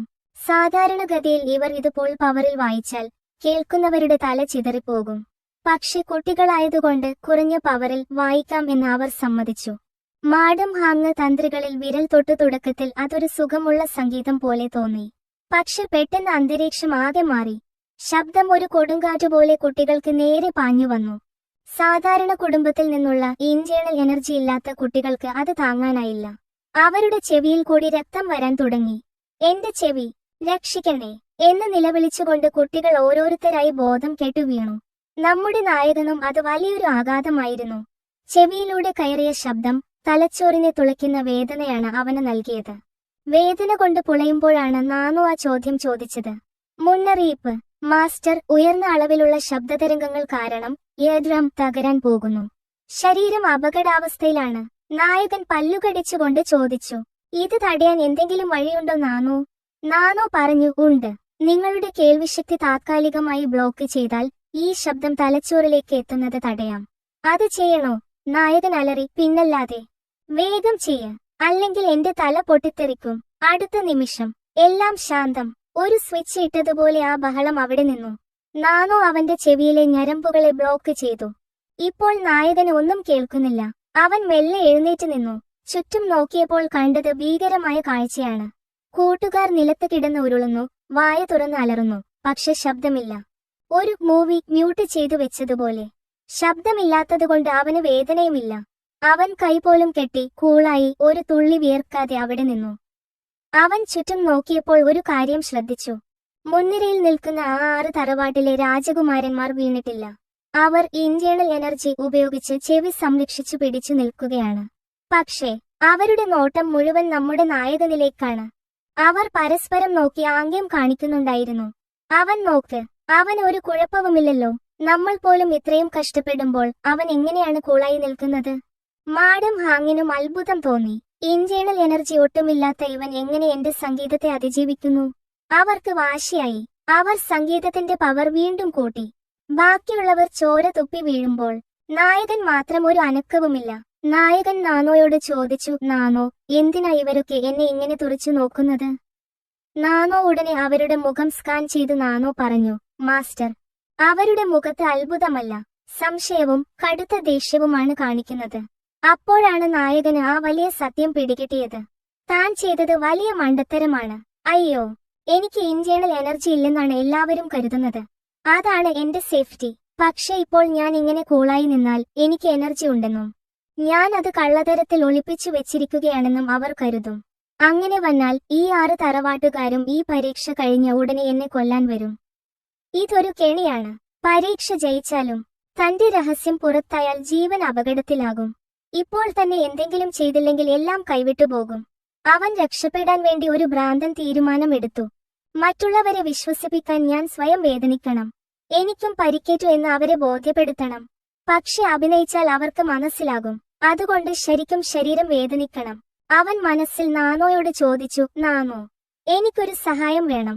ഇവർക്ക് സംശയം തോന്നാത്ത രീതിയിൽ എനിക്ക് ശരിക്കും പരിക്കേറ്റതുപോലെ കാണിക്കാൻ എന്റെ ശരീരത്തിൽ കുറച്ച് ഇന്റേണൽ ഡാമേജ് കൃത്രിമമായി ഉണ്ടാക്കാൻ നിനക്ക് പറ്റുമോ? ഒരു നിമിഷത്തെ നിശബ്ദയ്ക്ക് ശേഷം നാനോയുടെ മറുപടി വന്നു, അതെ മാസ്റ്റർ, അത് സാധ്യമാണ്. ശരീരത്തിലെ ചില രക്തക്കുഴലുകളിൽ സമ്മർദ്ദം കൊടുത്താൽ ഗുരുതരമായ പരിക്കില്ലാതെ തന്നെ വായയിലൂടെ രക്തം വരുത്താൻ എനിക്ക് സാധിക്കും. നായകൻ ആ റിസ്ക് എടുക്കുമോ? ചോര തുപ്പി അവൻ രക്ഷപ്പെടുമോ? ആ തകർപ്പൻ സീൻ നമുക്ക് അടുത്ത എപ്പിസോഡിൽ കാണാം. കഴിഞ്ഞ എപ്പിസോഡിൽ നമ്മൾ കണ്ടു എല്ലാവരും വീഴുമ്പോൾ നമ്മുടെ നായകൻ കൂളായി നിൽക്കുന്നത്. പക്ഷെ അത് കണ്ടപ്പോൾ മാഡം ഹാങ്ങിന് സഹിച്ചില്ല. ഇവൻ എന്നെ അപമാനിക്കുകയാണോ എന്ന ഈഗോ അവർക്ക് തലയ്ക്ക് പിടിച്ചു. ദേഷ്യം കൊണ്ട് വിറച്ച് അവർ പരീക്ഷയാണെന്ന കാര്യം പോലും മറന്നു. അവർ തന്റെ സംഗീതത്തിന്റെ പവർ പകുതിയോളം കൂട്ടി. ഇതോടെ കാര്യങ്ങൾ കൈവിട്ടുപോയി. ആ ശബ്ദതരംഗങ്ങൾ നായകനെ മാത്രമല്ല, ചുറ്റുമുള്ള പാവം കുട്ടികളെയും ബാധിച്ചു. അതുവരെ പിടിച്ചുനിന്ന പലരും ചോര ഛർദ്ദിച്ച് ബോധം കെട്ടു വീണു. ഇത് കണ്ടപ്പോൾ പരീക്ഷയുടെ മേൽനോട്ടം വഹിക്കുന്ന റെഡ് ഹെഡ് ഗാർഡിയൻ ഹ്വാമിയോങ് ലീ പേടിച്ചുപോയി. ഇവർ പിള്ളേരെ കൊല്ലുമോ എന്ന് അദ്ദേഹം ഭയപ്പെട്ടു. നമസ്കാരം സുഹൃത്തുക്കളെ, നാനോ മഷീനിന്റെ 8ാമത്തെ എപ്പിസോഡിലേക്ക് സ്വാഗതം. നായകന്റെ തകർപ്പൻ അഭിനയവും അക്കാദമിയിലെ 2 ഗാർഡിയൻസ് തമ്മിലുള്ള ഈഗോ ക്ലാഷുമാണ് ഇന്ന് നമ്മൾ കാണുന്നത്. ഇനിയും പിടിച്ചു നിന്നാൽ പണിയാണെന്ന് നായകന് മനസ്സിലായി. മാഡം ഹാങ്ങിന്റെ ദേഷ്യം തണുപ്പിക്കാൻ അവൻ വീണലേ പറ്റൂ. അവൻ നാനോയോട് പറഞ്ഞു, ഇപ്പൊ തന്നെ തുടങ്ങിക്കോ. നാനോ അവന്റെ ശരീരത്തിലെ ചില രക്തക്കുഴലുകളിൽ ചെറിയൊരു സമ്മർദ്ദം കൊടുത്തു. അടുത്ത നിമിഷം ശബ്ദത്തോടെ വലിയൊരു വായുചോര അവൻ പുറത്തേക്ക് ഛർദ്ദിച്ചു. അവൻ വേച്ചു പോകുന്നത് പോലെ അഭിനയിച്ചു. ഇത് കണ്ടപ്പോൾ മാഡം ഹാങ് സംഗീതം നിർത്തി. നായകൻ അഭിനയിക്കുകയാണെന്ന് ആർക്കും മനസ്സിലായില്ല. പക്ഷെ ബാക്കിയുള്ളവർക്ക് വലിയൊരു ആശ്വാസമായി. നായകൻ വീഴുന്നത് കണ്ടതും ഹ്വാമിയോങ് ലീ ഒയിട്ടി വന്നു. പാട്രിയാർക്കിന്റെ ചോരയായ ഇവന് എന്തെങ്കിലും സംഭവിച്ചാൽ തന്റെ തല പോകും. അദ്ദേഹം ഓടിവന്ന് നായകനെ താങ്ങിപ്പിടിച്ചു. ചെക്കാ, നിനക്ക് കുഴപ്പമൊന്നുമില്ലല്ലോ എന്ന് ചോദിച്ചു. അദ്ദേഹം നായകന്റെ കൈ പിടിച്ചു പൾസ് ചെക്ക് ചെയ്തു. അപ്പോഴാണ് ആ വലിയ സത്യം അദ്ദേഹം തിരിച്ചറിയുന്നത്. അദ്ദേഹം ഞെട്ടിപ്പോയി. എന്ത്? ഇവന്റെ ശരീരത്തിൽ ഒരു തരി പോലും ഇന്റേണൽ എനർജി ഇല്ലല്ലോ. ഒരു നിമിഷം പോലും കളയാതെ അദ്ദേഹം അലറി വിളിച്ചു, മെഡിക്കൽ ടീം, വേഗം വരൂ, ഇവനെ ഇപ്പോൾ തന്നെ ഇൻഫർമറിയിലേക്ക് മാറ്റണം. ഇന്റേണൽ എനർജി ഇല്ലാതെയാണ് ഇവൻ ഇത്രയും നേരം പിടിച്ചു നിന്നത്. ഇവന്റെ നില ഗുരുതരമാണ്. ഉടൻ തന്നെ ആളുകൾ വന്ന് നായകനെ താങ്ങിപ്പിടിച്ചു കൊണ്ടുപോയി. നായകൻ മനസ്സിൽ ചിരിച്ചു. ചോര തുപ്പിയതുകൊണ്ട് പരീക്ഷ ജയിച്ചു എന്ന് മാത്രമല്ല, ഇപ്പോൾ രാജകീയമായ ചികിത്സയും കിട്ടാൻ പോവുകയാണ്. നായകനെ കൊണ്ടുപോകുന്നത് കണ്ട് മാഡം ഹാങ്ങിന് വിശ്വസിക്കാൻ പറ്റുന്നില്ല. അവന് ശക്തിയില്ലെന്നോ? അപ്പോ പിന്നെ എങ്ങനെയാണ് അവന് ബോധം പോകാതിരുന്നത്? ഹ്വാമിയോങ് ലീ ദേഷ്യത്തോടെ അവരോട് പറഞ്ഞു, നിങ്ങൾ അതിരു കടന്നു മാഡം. സ്വന്തം ഈഗോ കാരണം അവനെ മാത്രമല്ല, ഇവിടെയുള്ള ഒരുപാട് കുട്ടികളെ നിങ്ങൾ അപകടത്തിലാക്കി. മാഡം ഹാങ് ആകെ ഷോക്കായി നിൽക്കുകയാണ്. എന്റെ സംഗീതത്തെ വെറും ശരീരം കൊണ്ട് ഇവൻ പ്രതിരോധിച്ചു എന്ന് അവർ അന്തം വിട്ടുപോയി. നായകന്റെ പ്ലാൻ 100% വിജയിച്ചു. ആരും അവനെ സംശയിച്ചില്ല. പെട്ടെന്ന് അവിടെ അന്തരീക്ഷം മാറി. ലെഫ്റ്റ് ഗാർഡിയൻ ലർഡ് സിയോപ്മെങ് കുടിയൻ അങ്ങോട്ട് കടന്നു വന്നു. അക്കാദമിയുടെ 2 പ്രധാന തൂണുകളായ ചുവന്ന മുടിക്കാരനും കുടിയനും തമ്മിൽ അവിടെ വെച്ച് കോർക്കാൻ തുടങ്ങി. സിയോപ്മെങ് വിളിച്ചു പറഞ്ഞു, ഏടാ ചെമ്പൻ തലയാ, നീ എന്തിനാടാ എപ്പോഴും എന്റെ കാര്യത്തിൽ ഇടപെടുന്നത്? ഹ്വാമിയോങ് റെഡ് ഹെഡ് തിരിച്ചടിച്ചു, ഇറങ്ങി പോടാ കുടിയ. ആ പാട്രിയാർക്ക് ഇല്ലായിരുന്നെങ്കിൽ നീ എന്നെ വല്ല ഓടയിലും കിടന്ന് ചത്തേനെ. അവർ തമ്മിൽ തല്ലിയില്ല, പക്ഷെ അവരുടെ ശരീരത്തിൽ നിന്ന് പുറത്തുവന്ന എനർജി ക്യൂആയി അന്തരീക്ഷത്തിൽ ആകെ ഒരു പ്രകമ്പനമുണ്ടാക്കി. അവിടെയുണ്ടായിരുന്ന കുട്ടികൾക്ക് ശ്വാസം മുട്ടുന്നത് പോലെ തോന്നി. അത്രയ്ക്കും ഭീകരമായ പ്രഷറായിരുന്നു അത്. അവസാനം നിന്നോട് തർക്കിക്കാൻ എനിക്ക് സമയമില്ല എന്ന് പറഞ്ഞ് സിയോക്മിങ് തിരിഞ്ഞു നടന്നു. പക്ഷെ പോകുന്ന വഴിക്ക് അദ്ദേഹം തന്റെ കുപ്പിയിൽ നിന്ന് ഒരിറക്ക് കുടിച്ചിട്ട് ചികിത്സയ്ക്ക് കൊണ്ടുപോകുന്ന നായകനെ ഒന്ന് നോക്കി. പുള്ളി മനസ്സിൽ പറഞ്ഞു, ഇന്റേണൽ എനർജി ഒട്ടുമില്ലാതെ വെറും വിൽ പവർ കൊണ്ട് അവൻ പിടിച്ചു നിന്നല്ലേ. കൊള്ളാം, ദാറ്റ് ഈസ് പ്രിറ്റി വൈൽഡ്. അവൻ പുലിയാണ്. സാധാരണ ആരെയും വകവെക്കാത്ത ആ കുടിയൻ ഗാർഡിയന്റെ കണ്ണിൽ നമ്മുടെ നായകൻ ഉടക്കി കഴിഞ്ഞു. എന്തായാലും ഗാർഡിയൻസ് തമ്മിലുള്ള പ്രശ്നം കാരണം നായകന്റെ മേലുള്ള സംശയം മാറിക്കിട്ടി. അവൻ പരീക്ഷ പാസ്സായി. ഇനിയാണ് അക്കാദമിയിലെ ഏറ്റവും രസകരമായ ഭാഗം. പാസ്സായ കുട്ടികളെ 10 പേരുള്ള ഗ്രൂപ്പുകളായി തിരിക്കണം. നമ്മുടെ നായകനെ ആര് ടീമിലെടുക്കും? നായകൻ എങ്ങനെ സ്വന്തം ടീം ഉണ്ടാക്കും? ടീം ഫോം ചെയ്യുന്ന ആ രസകരമായ കാഴ്ചകൾ അടുത്ത എപ്പിസോഡിൽ കാണാം. ഒരാളെ തൊടാതെ തന്നെ വായുവിൽ ഉയർത്താൻ പറ്റുമോ? അക്കാദമിയിലെ ഇൻഫർമറിയിൽ വെച്ച് നമ്മുടെ നായകൻ അത് അനുഭവിച്ചറിഞ്ഞു. താൻ അഭിനയിക്കുകയാണെന്ന് കണ്ടുപിടിച്ച ആ കൊടിയൻ ഗാർഡിയൻ നായകനെ ഒരു പാവക്കുട്ടിയെ പോലെ വായുവിൽ പൊക്കി. തന്റെ അഭിനയം എവിടെയാണ് പിഴച്ചത്? നാനോ കൊടുത്ത ആ മുന്നറിയിപ്പ് എന്തായിരുന്നു? നായകന്റെ വിധി മാറ്റിമറിക്കാൻ പോകുന്ന ആ കൂടിക്കാഴ്ച നമുക്ക് കാണാം. നമസ്കാരം സുഹൃത്തുക്കളെ, നാനോ മെഷീനിന്റെ 9ാമത്തെ എപ്പിസോഡിലേക്ക് സ്വാഗതം. ആശുപത്രിയിലെ കോമഡിയും ഗാർഡിയന്റെ മാസ് എൻട്രിയും നാനോയുടെ സയന്റിഫിക് വിശകലനവുമാണ് ഇന്ന് നമ്മൾ കാണുന്നത്. കഥയിലേക്ക് പോകാം. കഴിഞ്ഞ എപ്പിസോഡിൽ ചോര തുപ്പി വീണ നായകനെ ഗാർഡിയൻസ് നേരെ കൊണ്ടുപോയത് അക്കാദമിയിലെ ഇൻഫർമറിയിലേക്കാണ്. അവിടെ ഫിസിഷ്യൻ ബാക്ക് എന്ന് പറയുന്ന ഒരു ഡോക്ടർ ഉണ്ട്. ഇത് നമ്മുടെ പഴയ ഡോക്ടർ അല്ല, ഇത് പുതിയ ആളാണ്. പുള്ളിക്ക് രോഗികളെ കിട്ടാത്തതുകൊണ്ട് ബോറടിച്ചിരിക്കുവായിരുന്നു. അപ്പോഴാണ് നായകനെ കൊണ്ടുവരുന്നത്. ഹായ്, എനിക്കൊരു രോഗിയെ കിട്ടിയേ എന്ന മട്ടിൽ പുള്ളി തുള്ളിച്ചാടുകയാണ്. നായകൻ കണ്ണടച്ച് കിടക്കുകയാണെങ്കിലും ചുറ്റും നടക്കുന്നതെല്ലാം അവൻ അറിയുന്നുണ്ട്. അവൻ മനസ്സിൽ ചിന്തിച്ചു, പണി പാളിയല്ലോ. ഗാർഡിയൻസ് എന്നെ ആശുപത്രിയിൽ കൊണ്ടുവരുമെന്ന് ഞാൻ വിചാരിച്ചില്ല. ഇനിയിപ്പോ ഈ ഡോക്ടർ പരിശോധിക്കുമ്പോൾ എന്റെ കള്ളത്തരം പൊളിയുമോ? എനിക്ക് പരിക്കില്ലെന്ന് അറിഞ്ഞാൽ അവർ എന്നെ കൊല്ലും. ഡോക്ടർ ബേക്ക് നായകന്റെ കൈ പിടിച്ച് പൾസ് പരിശോധിക്കാൻ തുടങ്ങി. ഇവിടെയാണ് കോമഡി. നായകന്റെ ശരീരത്തിലെ മുറിവുകൾ നാനോ ഉള്ളിൽ ഇരുന്ന് ഹീൽ ചെയ്തുകൊണ്ടിരിക്കുകയാണ്. ഡോക്ടർ ആകെ കൺഫ്യൂഷനിലായി. ഇതെന്താ അത്ഭുതം? ഇവന്റെ പൾസ് ഭയങ്കര സ്പീഡിലാണ്, പക്ഷെ ശരീരം നോക്കിയാൽ കുഴപ്പമൊന്നുമില്ല. ഇവന്റെ ശരീരം വിചിത്രമാണല്ലോ. അവസാനം ഡോക്ടർ ഒരു തീരുമാനത്തിലെത്തി, എന്തായാലും ഇവന്റെ എനർജി ഫ്ലോ ശരിയല്ല. ഞാൻ കുറച്ച് വലിയ സൂചികൾ എടുത്ത് കുത്തിയിറക്കട്ടെ, അപ്പോ എല്ലാം നേരെയാകും. ഇത് കേട്ടതും നായകൻ ഉള്ളിൽ കിടന്നു വിറച്ചു. അയ്യോ, വെറുതെ സൂചി കുത്തുകൊള്ളേണ്ടി വരുമോ എന്ന് അവൻ പേടിച്ചു. ആ വലിയ സൂചികൾ എടുക്കുന്നത് കണ്ട് അവൻ ചാടി എഴുന്നേൽക്കാൻ ആലോചിക്കുമ്പോഴാണ് വാതിൽ തകർത്ത് ആ എൻട്രി നടക്കുന്നത്. വാതിൽ ദൂം എന്ന് പറഞ്ഞു തുറക്കുന്നു. ആരാണ് വരുന്നത്? നമ്മുടെ ലെഫ്റ്റ് ഗാർഡിയൻ സിയോക്മാങ്, കുടിയൻ ഗാർഡിയൻ. കയ്യിൽ എപ്പോഴും മത്തേക്കുപ്പിയുണ്ടാകും. പുള്ളി ആടിയാടി അകത്തേക്ക് വന്നു. ഡോക്ടറെ ആട്ടിപ്പായിച്ചിട്ട് പുള്ളി നായകന്റെ അടുത്ത് വന്നു. നായകൻ അനങ്ങാതെ ശരിക്കും ബോധം പോയ പോലെ കിടക്കുകയാണ്. സിയോക്മാങ് അവനെ നോക്കി ഒന്ന് ചിരിച്ചു. എന്നിട്ട് പറഞ്ഞു, എടാ കള്ള, നീ ഉറങ്ങുകയാണല്ലേ? എനിക്കറിയാം നീ ഉണർന്നിരിക്കുവാണെന്ന്. എഴുന്നേൽക്കടാ. ഇത് കേട്ടപ്പോൾ നായകൻ ഞെട്ടിപ്പോയി. ഞാൻ അനങ്ങിയില്ലല്ലോ, പിന്നെ എങ്ങനെ ഇയാൾ കണ്ടുപിടിച്ചു? അവൻ മനസ്സിൽ നാനോയോട് ചോദിച്ചു. നാനോ, ഇയാൾ എങ്ങനെയാ ഞാൻ ഉണർന്നിരിക്കുവാണെന്ന് കണ്ടുപിടിച്ചത്?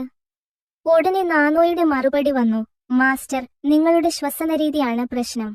സാധാരണ ഉറങ്ങിക്കിടക്കുന്ന ഒരു മനുഷ്യന്റെ ഓക്സിജൻ ഉപയോഗവും ശ്വസനത്തിന്റെ അളവും കുറവായിരിക്കും. പക്ഷേ നിങ്ങൾ ഇപ്പോൾ ഉണർന്നിരിക്കുന്നത് കൊണ്ട് കൂടുതൽ ഓക്സിജൻ വലിച്ചെടുക്കുന്നുണ്ട്. നിങ്ങളുടെ നെഞ്ചിന്റെ ചലനവും കൂടുതലാണ്. ഈ ഗാർഡിയൻ അത് കൃത്യമായി നിരീക്ഷിച്ചു. അപ്പോഴാണ് നായകന് അബദ്ധം മനസ്സിലായത്. വെറുതെ കണ്ണടച്ച് കിടന്നാൽ പോരാ, സയൻസ് കൂടി അറിയണമായിരുന്നു. നായകൻ എന്നിട്ടും കണ്ണ് തുറന്നില്ല. അപ്പോൾ സിയോക്മാങ് പറഞ്ഞു, ഓഹോ, അപ്പോ നീ എഴുന്നേൽക്കില്ല അല്ലേ? എന്നാൽ നിന്നെ ഞാൻ എഴുന്നേൽപ്പിക്കാം. പുള്ളി കൈ മെല്ലെ ഒന്ന് ഉയർത്തി. അടുത്ത നിമിഷം നമ്മുടെ നായകൻ കിടന്ന കിടപ്പിൽ വായുവിൽ പൊങ്ങി. ഒരു അദൃശ്യ ശക്തി അവനെ വായുവിൽ പിടിച്ചു നിർത്തിയിരിക്കുകയാണ്. നായകൻ ഞെട്ടിപ്പോയി. അവൻ അനങ്ങാൻ പറ്റുന്നില്ല. ഇതാണ് ഗാർഡിയന്റെ പവർ. ഇന്റേണൽ എനർജി ഉപയോഗിച്ച് ഒരാളെ തൊടാതെ തന്നെ വായുവിൽ നിർത്താൻ ഇയാൾക്ക് കഴിയും. പേടിച്ചുപോയ നായകൻ പെട്ടെന്ന് കണ്ണു തുറന്നു. എന്നെ താഴെയിറക്കൂ എന്ന് അവൻ വിളിച്ചു പറഞ്ഞു. സിയോപ്മാൻ ചിരിച്ചുകൊണ്ട് അവനെ താഴെയിട്ടു. താഴെ വീണ നായകൻ ചോദിച്ചു, നിങ്ങൾക്ക് എന്താണ് വേണ്ടത്? സിയോപ്മാൻ കുപ്പിയിൽ നിന്ന് ഒരിരക്ക് കുടിച്ചിട്ട് പറഞ്ഞു, എടാ, നിന്നെ എനിക്ക് ഇഷ്ടപ്പെട്ടു. നീ ആ പരീക്ഷയിൽ അഭിനയിക്കുകയായിരുന്നെന്നും നിനക്ക് ഇന്റേണൽ എനർജി ഇല്ലെന്നും എനിക്കറിയാം. പക്ഷെ ആ സമയത്ത് നീ കാണിച്ച ധൈര്യവും ബുദ്ധിയും എനിക്ക് വല്ലാതെ ബോധിച്ചു. എന്നിട്ട് പുള്ളി ആ ഓഫർ വെച്ചു. അതുകൊണ്ട് നീ എന്റെ ശിഷ്യനാകൂ. ഞാൻ നിന്നെ എന്റെ വിദ്യകളെല്ലാം പഠിപ്പിക്കാം. നായകൻ സംശയിച്ചു. എന്നെ പഠിപ്പിച്ചാൽ 6 തറവാട്ടുകാർക്ക് അത് ഇഷ്ടപ്പെടില്ല. എന്തിനാ വെറുതെ റിസ്ക് എടുക്കുന്നത്? ഇത് കേട്ടപ്പോൾ സിയോപ്മാന് വാശി വന്നു. എടാ, ഞാൻ ആരാണെന്ന് നിനക്കറിയാമോ? ഞാൻ ലെഫ്റ്റ് ഗാർഡിയനാണ്. ഞാൻ വിചാരിച്ചാൽ ആ 6 തറവാട്ടുകാരെ കൊണ്ട് ഒരക്ഷരം മിണ്ടിക്കില്ല. എന്നിട്ടും നായകൻ വഴങ്ങുന്നില്ല എന്ന് കണ്ടപ്പോൾ സിയോപ്മാൻ തന്റെ പോക്കറ്റിൽ നിന്ന് മഞ്ഞ നിറമുള്ള പഴകിയ ഒരു പുസ്തകം എടുത്തു നായകന് നേരെ എറിഞ്ഞു കൊടുത്തു. ഇതൊരു അഡ്വാൻസ് പേയ്മെന്റ് ആണെന്ന് കൂട്ടിക്കോ. നിനക്ക് പവർ വേണമെങ്കിൽ ഇത് പഠിക്കണം. പോകാൻ നേരം പുള്ളി ഒരു സത്യം കൂടി പറഞ്ഞു. അല്ല, നീ ശ്രദ്ധിച്ചോ? പരിക്കേറ്റ വേറെ ആരും ഇവിടെയില്ല. നീ മാത്രമാണ് ഈ VIP റൂമിൽ. നിന്നെ രക്ഷിക്കാൻ ആരോ ശ്രമിക്കുന്നുണ്ട്. ആ റെഡ് ഹെഡ് ഹവന്യോങ് ലീ ആയിരിക്കും നിന്നെ ഇങ്ങോട്ട് മാറ്റിയത്. നീ വിചാരിക്കുന്ന പോലെ അക്കാദമി മുഴുവൻ നിനക്കെതിരല്ല. ഇത്രയും പറഞ്ഞ് ആ കുടിയൻ ഗാർഡിയൻ നിർത്തി. നായകൻ ആ പുസ്തകവുമായി അവിടെ ഇരുന്നു. ശരിക്കും അവന് ലോട്ടറി അടിച്ചിരിക്കുകയാണ് ഫ്രണ്ട്സ്. നാനോയുടെ സഹായത്തോടെ ഓക്സിജൻ കണക്കുകൾ മനസ്സിലാക്കി ഇപ്പോൾ ഇതാ ഒരു ഗാർഡിയന്റെ ശിഷ്യനാകാനുള്ള അവസരവും കിട്ടിയിരിക്കുന്നു. ഇനി അവൻ എന്താകും ചെയ്യുക? നാനോ ഉപയോഗിച്ച ഈ പുസ്തകം അവൻ എങ്ങനെ പഠിക്കും? അടുത്ത എപ്പിസോഡിൽ നായകന്റെ ലെവൽ മാറുന്നത് നമുക്ക് കാണാം. വീഡിയോ ഇഷ്ടപ്പെട്ടെങ്കിൽ ലൈക്ക് ചെയ്യാനും സബ്സ്ക്രൈബ് ചെയ്യാനും മറക്കല്ലേ.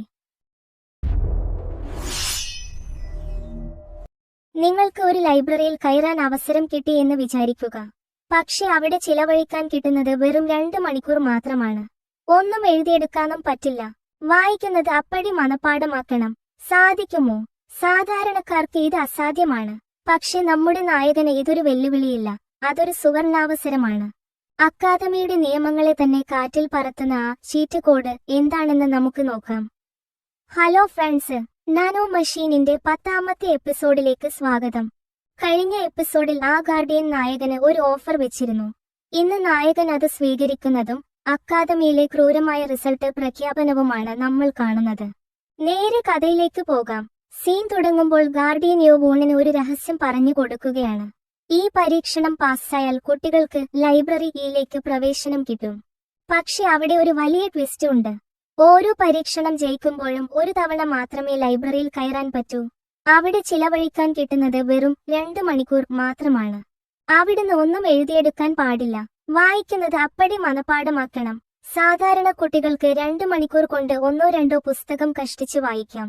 ഗാർഡിയൻ വിചാരിച്ചത് നായകൻ പേടിക്കുമെന്നാണ്. പക്ഷേ ഇത് കേട്ടപ്പോൾ യോ വൂണിന്റെ കണ്ണ് തിളങ്ങി.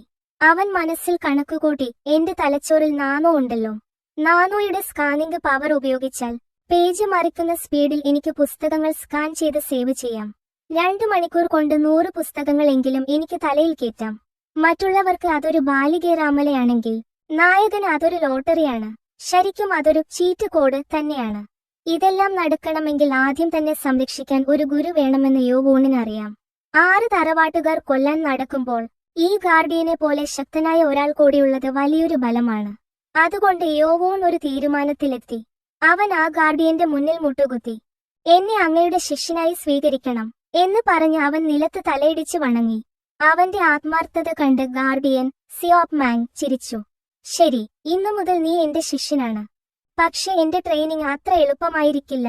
അങ്ങനെ അക്കാദമിയിലെ ഏറ്റവും ശക്തനായ ലെഫ്റ്റ് ഗാർഡിയനെ തന്നെ നായകന് ഗുരുവായി കിട്ടി. പോകുന്ന പോക്കിൽ ഗാർഡിയൻ പറഞ്ഞു, ഞാൻ വരുന്നതുവരെ ആ പുസ്തകം വായിച്ചു പഠിച്ചു വെച്ചോ. ഗാർഡിയൻ പോയതും ഡോക്ടർ ബേക്കോയിട്ടി വന്നു. പുള്ളിക്ക് അത്ഭുതമാണ്. നീ ആ കുടിയന്റെ ശിഷ്യനായില്ലേ? കൺഗ്രാജുലേഷൻസ്. എന്തായാലും ഡോക്ടർ നായകന് സൂചി ചികിത്സ നൽകി. നായകന് ഇപ്പോൾ ആശ്വാസമുണ്ട്. അവനെ സഹായിക്കാൻ, ചികിത്സിക്കാൻ, പഠിപ്പിക്കാൻ ആളുകളായി. അവന്റെ സമയം തെളിയുകയാണ് ഫ്രണ്ട്സ്. സീൻ കട്ട് ചെയ്ത് നമ്മൾ അക്കാദമിയിലെ ഗ്രൗണ്ടിലേക്ക് എത്തുന്നു.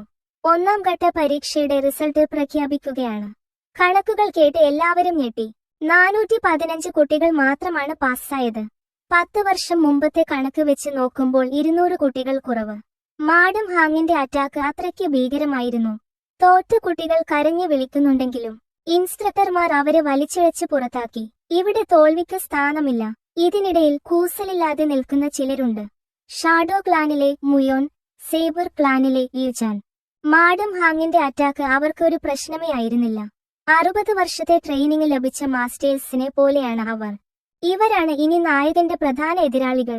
പാസ്സായവർക്കെല്ലാം കോപ്പർ മെഡൽ ലഭിച്ചു. ഇനി മുതൽ അവർ അക്കാദമിയിലെ ഔദ്യോഗിക പോരാളികളാണ്.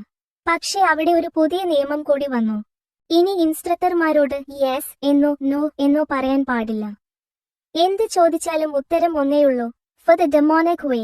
ഡെമോണിക് കൾട്ടിനു വേണ്ടി നായകൻ തന്റെ പുതിയ ഗുരുവിനെയും മനസ്സിൽ ധ്യാനിച്ച് അടുത്ത ഘട്ടത്തിലേക്ക് കടക്കുകയാണ്. അടുത്ത എപ്പിസോഡിൽ കുട്ടികളെ ഗ്രൂപ്പുകളായി തിരിക്കുന്നത് കാണാം. എല്ലാവരും സ്വന്തം ടീം ഉണ്ടാക്കുമ്പോൾ നമ്മുടെ നായകനെ ആര് ടീമിലെടുക്കും? ആ രസകരമായ കാഴ്ചകൾ അടുത്ത എപ്പിസോഡിൽ. വീഡിയോ ഇഷ്ടപ്പെട്ടെങ്കിൽ ലൈക്ക് ചെയ്യൂ, സബ്സ്ക്രൈബ് ചെയ്യൂ.